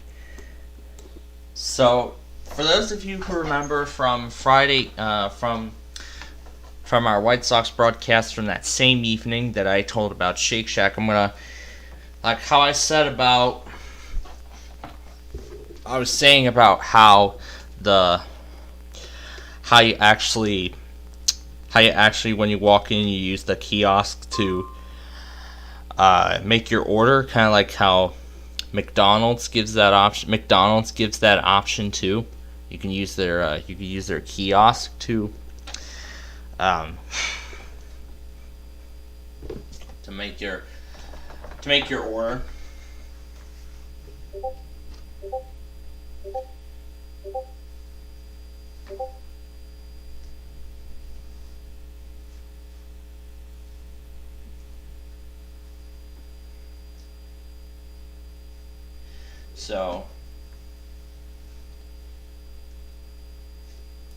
So basically how it works is, like I was explaining. Oh great. Okay. Where can we get Morgan? I know there's one transmitter we can get it on, but can we even?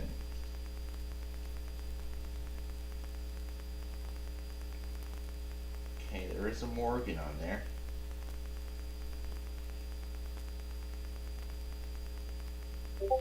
So it'll be Knoxville then.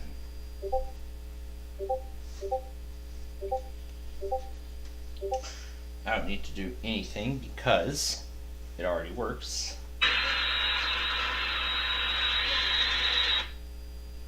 Actually works. So when I was talking about the whole Shake Shack thing, I was saying, like, you go up to the kiosk, you make your order, you provide a phone number to receive updates on the order, you pay your order with a tap to pay card, and then you just wait for another text message telling you your order is ready. But when it is ready, the thing that my grandma was criticized about was actually the way the receipt was laid out. Like, the way the receipt was made. Well, I would say, like, what's on it. Like, it doesn't give, like, detail. It doesn't give, like, detail, I would say. Like, it doesn't say, like, where you're getting this from, like, further details on what you ordered, or, like, receipt, like, cash, saying, like, how much money you paid for it, or tax, or other information. It doesn't give that out. That's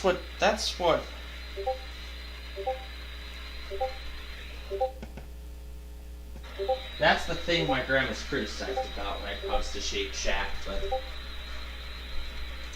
but despite that, I actually like Shake Shack. It's a really good place. And a more modern one too, at that.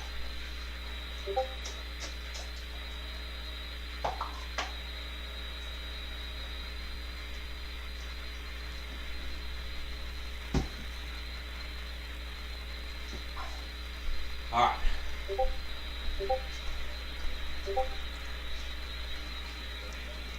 Alright. So yeah, that was what I was talking about, the whole Shake Shack thing.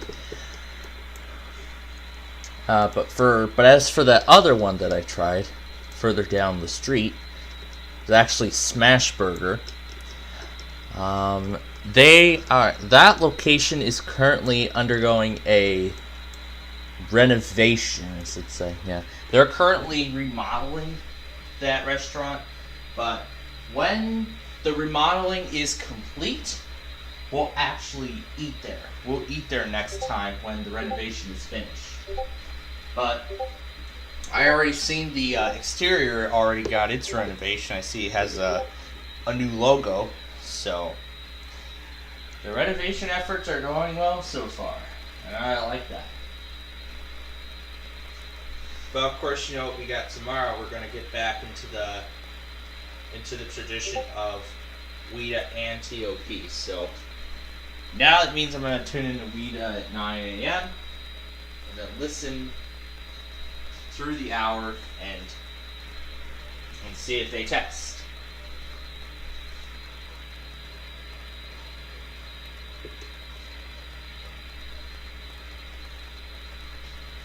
So like when I wake up at 10 a.m. I'll start listening to WEDA, and then WEDA I'd say is the morning, afternoon, and then TOP is like the evening kind of thing.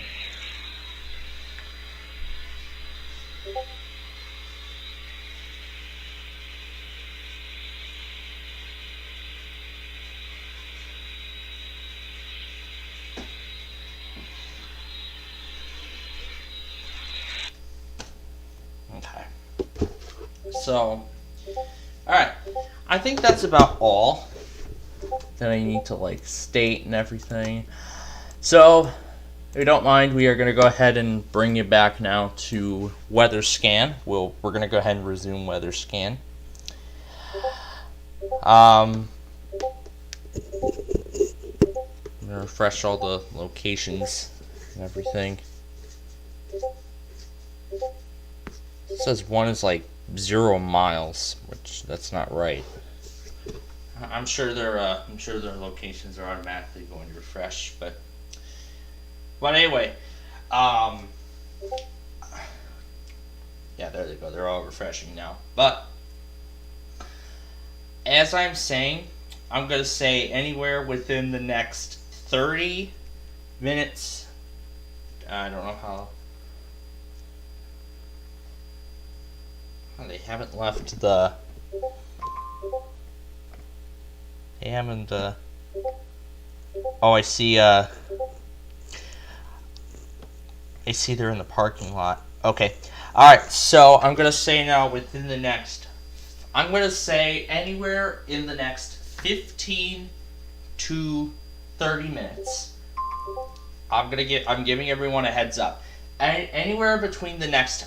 So anywhere in the next 15 to 30 minutes.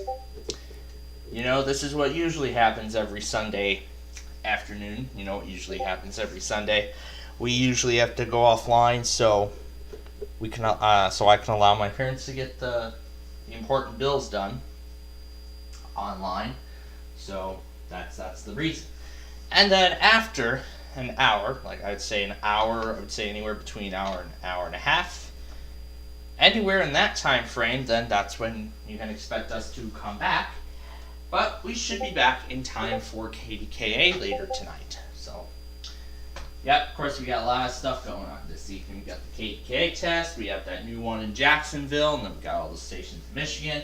We'll do Millionaire Live, and if Brandon's up for it tonight, then we'll get Deal or No Deal in. Otherwise, we'll probably do it before. We'll probably do it before the White Sox tomorrow, or we can do it during. Still, I haven't decided how that's going to go yet, but we will find out. So yeah, we will find out as we work those plans out. But yeah, that's all for White Sox Live. Again, the Sox win it against the Orioles today, 2-1, or 4-1, I should say, 4-1. And so we now go ahead and return you to Weather Scan, and we will see you later tonight for the KDKA test and Millionaire Live.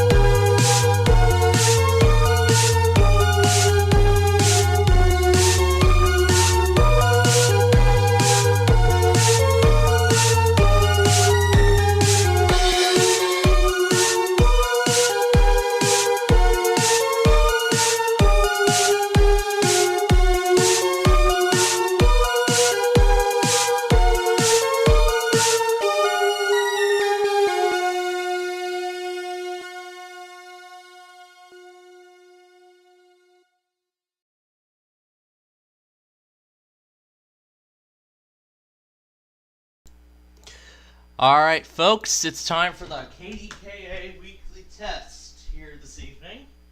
I already have them all set and ready, so I'm going to go ahead and get them on now. Reset.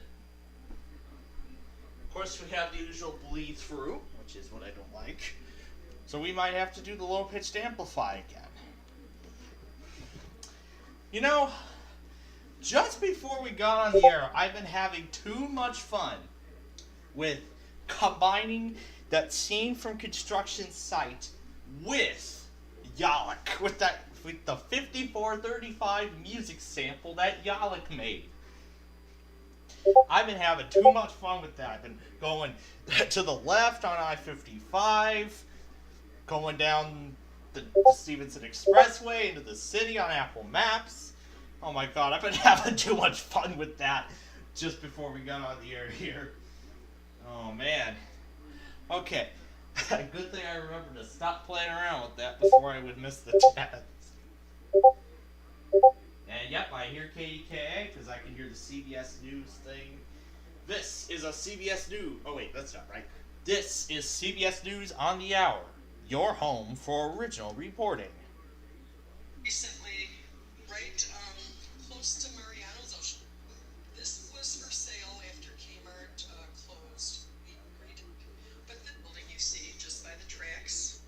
But this you could see the footprint. Children's Museum is the round bump out on that building you see just by the tracks.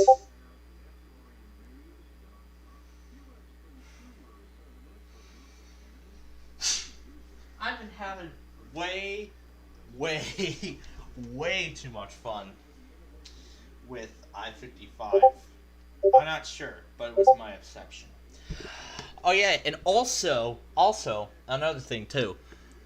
After I came across another one of these Jumpstart Preschool, I should be saying the name of it, but anyway, after I came across another one of these sound clip effects, I decided to mix it together with WeatherPro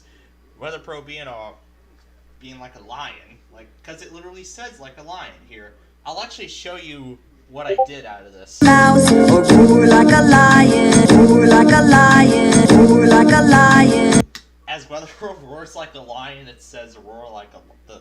The sound clip literally has it saying the same thing. Roar like a lion, roar like a lion. No, this is not to encourage everyone to become one of these. I'm doing this just to make a connection. Kind of like make a connection between this video and the audio clip that I have archived. Roar like a lion, roar like a lion. In fact, I actually have the entire audio clip right here. Plus I have the one before it, which is actually something that I've used before, but you can tell where this was made. Like a lion, roar like a lion. Oh yeah, it's quiet because I used this.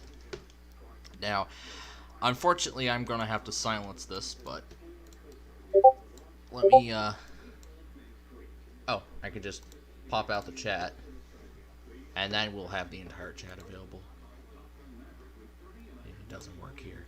So I can just pop out the chat, reload it entirely just to get the latest up-to-date information, and there we go. Now I have the entire chat available.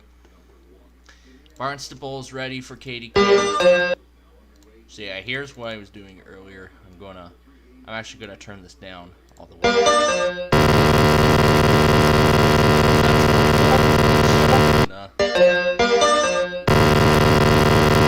had a lot of fun with that just before we started.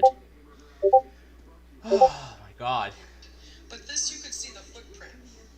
Children's Museum is the round bump out on that building you see just by the tracks. I mean, I'm excited about what's going up in Oak Lawn. Like, I'm happy they're finally putting up that Dunkin'.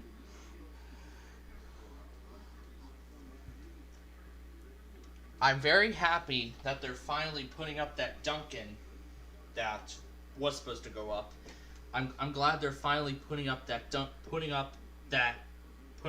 Dunkin' right by the Children's Museum and the train station. I'm very glad they're doing that.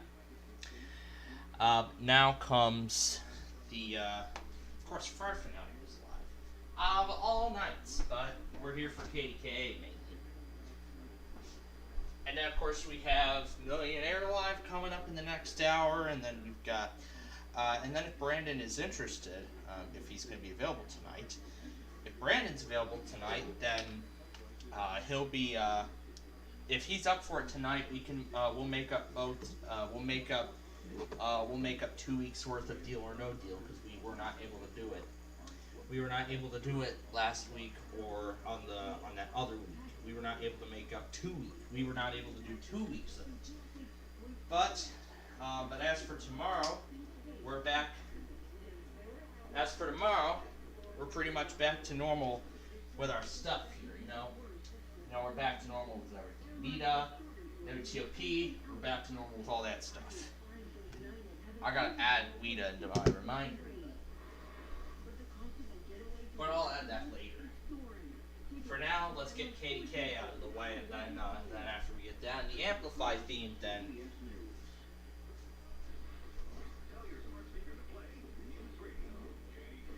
Okay?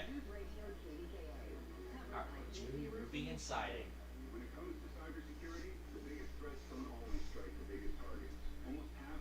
Okay, we're gonna wait for the commercial here. I might as well get WHC going too. Wahlburgers. Oh my god. That's not right. WHC EOC.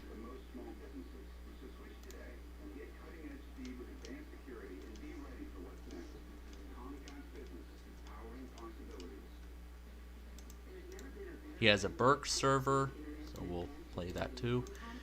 Copy link. You know what? Let's do all three of his encoders. Let's do his DWES. We'll do his Burke. Oh, it'll correct it automatically. And of course, we'll use his nationwide encoder program.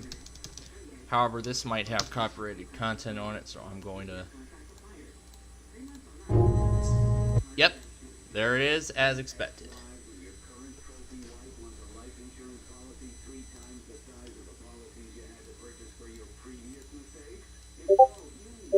Big Lou. 568-2790. I'm familiar with Big Lou, but not the number. $1 a month.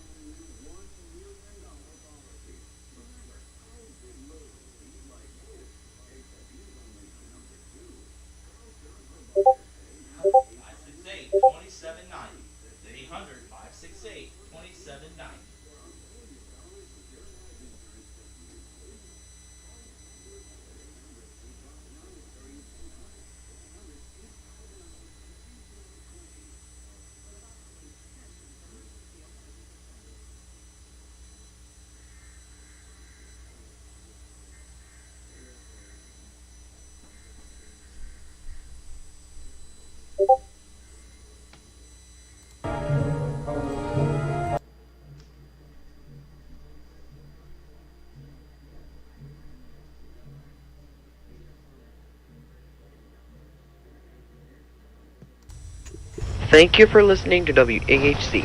We need to interrupt regular programming to activate the emergency alert system. Please stand by.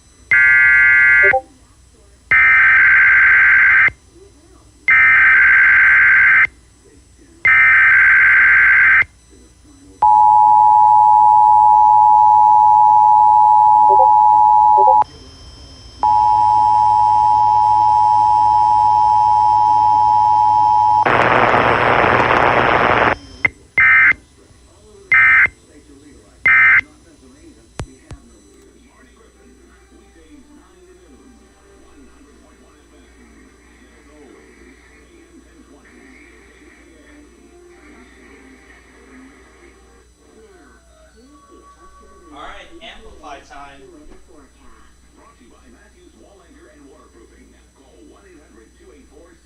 I'm gonna leave his Burke up in case it goes too, but I highly doubt it. Nope. Unless you tomorrow, partly to mostly sunny, breezy I-76, mostly clear, full Boulevard I-52, sunny and nice Tuesday I-77. For AccuWeather, I'm John Fear, 100.1. Alright, here we go. And 1020 KDKA.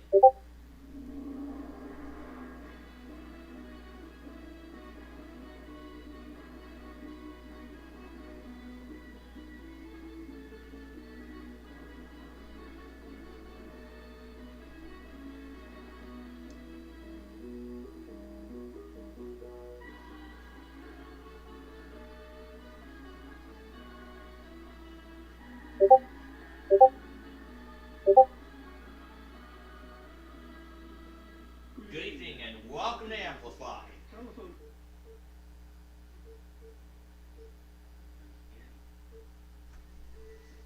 that's right, we gotta put it on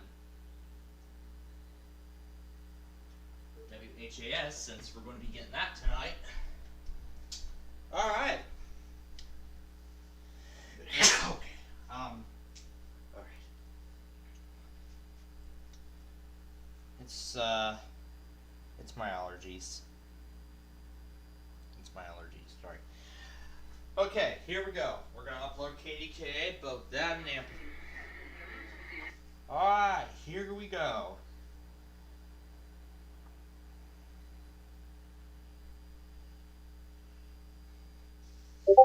I'll name this one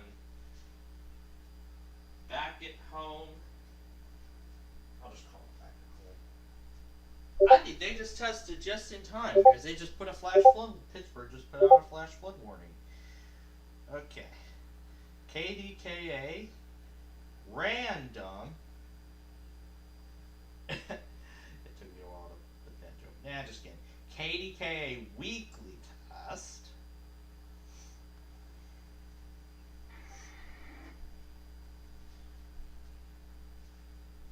Back to the clearest it can get. Amplify theme on that same day. Okay, the KDK test and amplifier are now going up. So while we wait for that, now I'm going to go ahead and do what I was saying earlier about WEDA and all that. When I get those set up.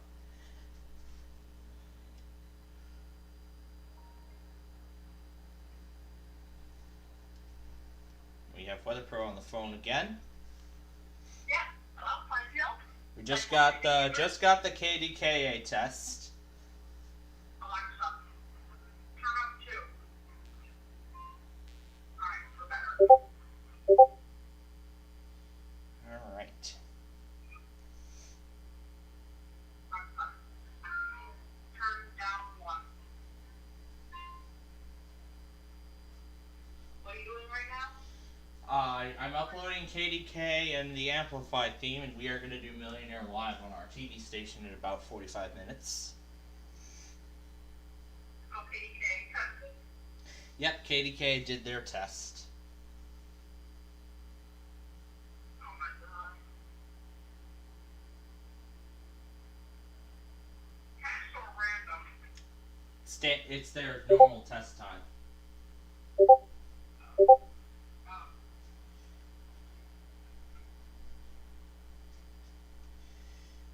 Yeah, it's their normal test time.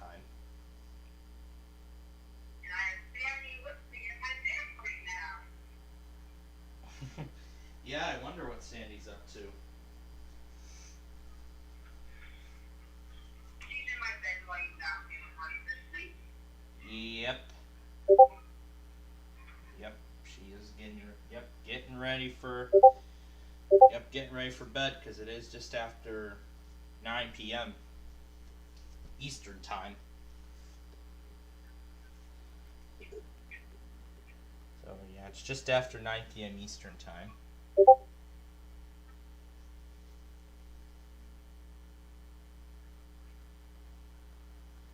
And I see one of those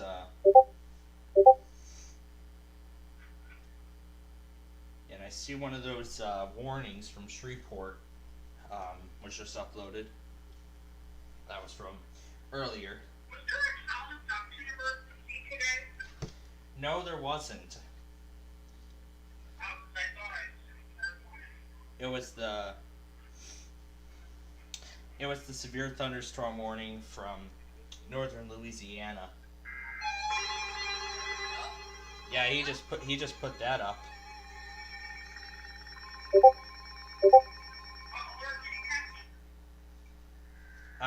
He got it on WSJ 97.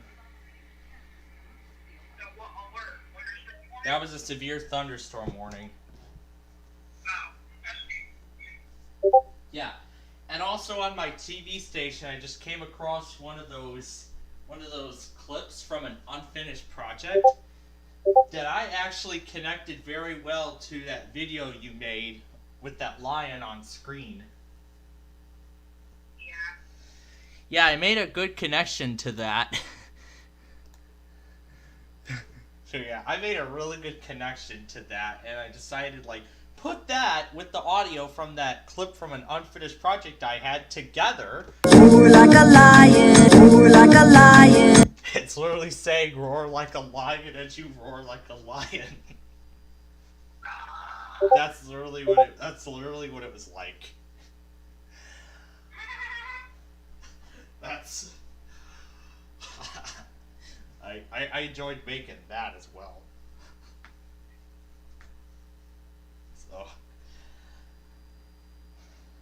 So yeah, both of my KDK captures are up now, including the amplify thing, which finally I can get crystal clear again because I had to use the stream on Odyssey for the past 2 weeks.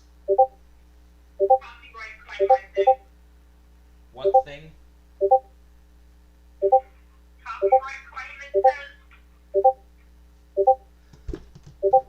Oh, let me take a look. Because I know usually when I see something like that when I see something on a compilation, that means no, it was not intended to be there.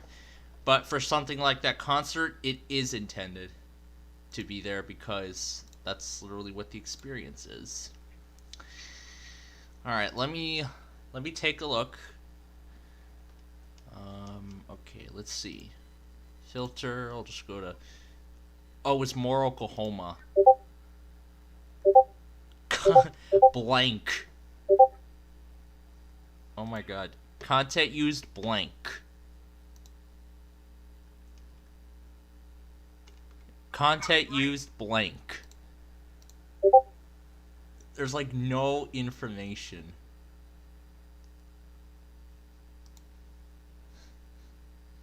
There's like no information on what it is. So folks, we've just identified another strange claim. Absolutely nothing. There's like, it's a video with no details. That's crazy. I've never seen anything like that. Like, a copyright claim, but with no information on like what it is, like what video is this from? Like literally. That's literally But yeah, what video were you talking about? Were you talking about the Collective Soul concert? If you are talking about the Collective Soul concert, it is supposed to be there because that's literally my experience. Because I literally premiered this at 9:30 last night. Because I want to give everybody I want to give it like a live experience of as if I was at the concert too. Like I wanted our viewers to get the experience as if they were there with me. So that's the reason why I set it as a premiere. It was my first concert, and I'm sure that made channel history because already it's got 65 views. Great. Now Collective Soul fans are going to be finding this. Great. Now Collective Soul fans are going to be finding this video.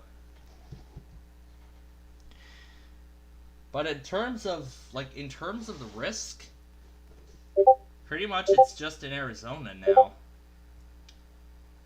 It's just in Arizona. Everything just went down to a general, so yeah, I think that's really it. I'm gonna say that right now. That's pretty much it. There hasn't really been anything else.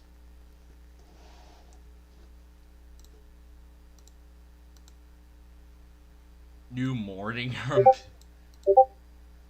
think Gage meant to say warning, but alright. Let me remind everybody in my group of Millionaire Live. Gotta take care. Yeah, I'll accept that request.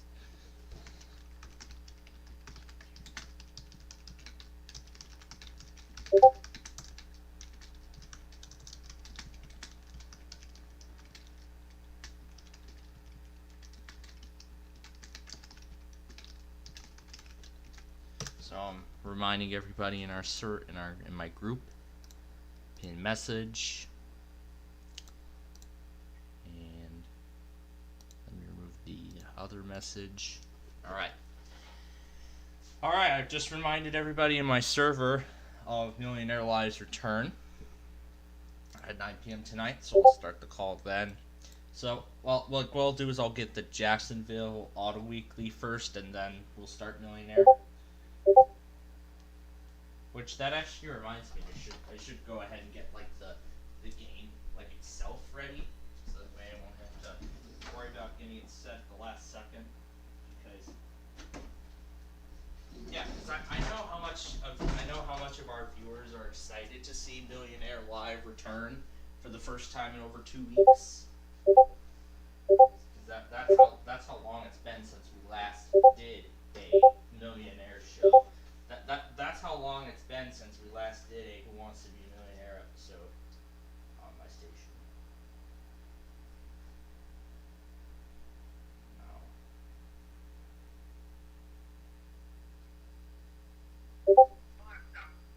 You're gonna go?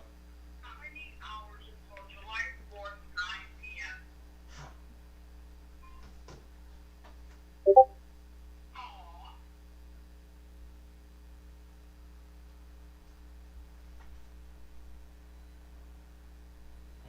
Wow.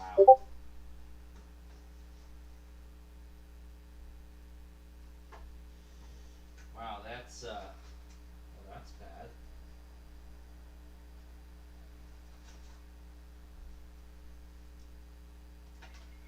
Oh, that's bad.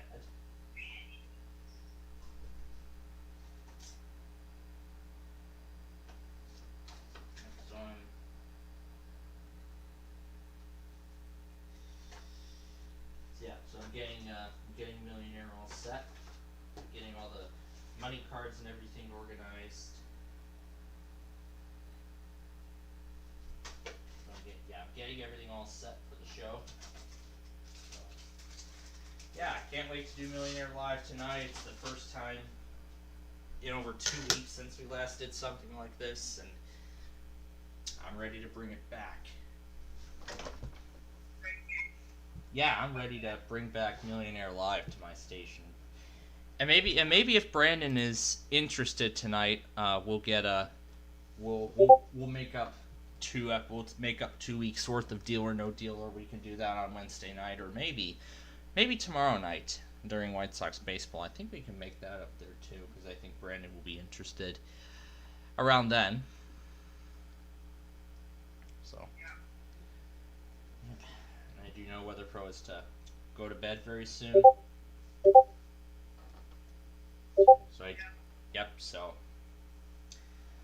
So in that case, you have a good night, and we'll talk to you tomorrow. Yeah, good night, Faisal TV viewers. Peace out. All right. Okay, I got WEDA all set. I gotta make sure there are no signs of the other reminders. Okay, and I had the reminder switch off, which is why I missed all those tests, but we got some redemption tonight. And of course it says, the storage is full. You need to clear some stuff off your phone. Like, wow. What's it trying to do? Like, I don't remember filling all that stuff up, but I thought, oh yeah, we have yet to do that compilation. Oh yeah, that's right. We'll do that later. But for now, I'm going to go ahead and wipe the weekly compilation. Get that started up with a clean slate. I'm just going to go ahead and start this one. I'm going to go ahead and start the other one here. So I'm going to go ahead and get all the alerts from today started. I'm going to go ahead and start that compilation. Now, because there were not that much, I might post them separately, but I'm still going to put them into iMovie. And of course because of course I'm using 2 separate compilations, so 14 is going to be tonight's weeklies, and then 13 is going to be all the alerts from today. Now I think since pretty much that's it, I'm just going to go ahead and actually start the rendering process. So let me go ahead and share every file over. There wasn't a lot today, I must say. There was not much at all. So there are only going to be like 15 videos in this thing. So let me send them all over, and then I'm going to delete all those videos off my phone just to free up some space, because it already says it's very low, which is bad. Okay.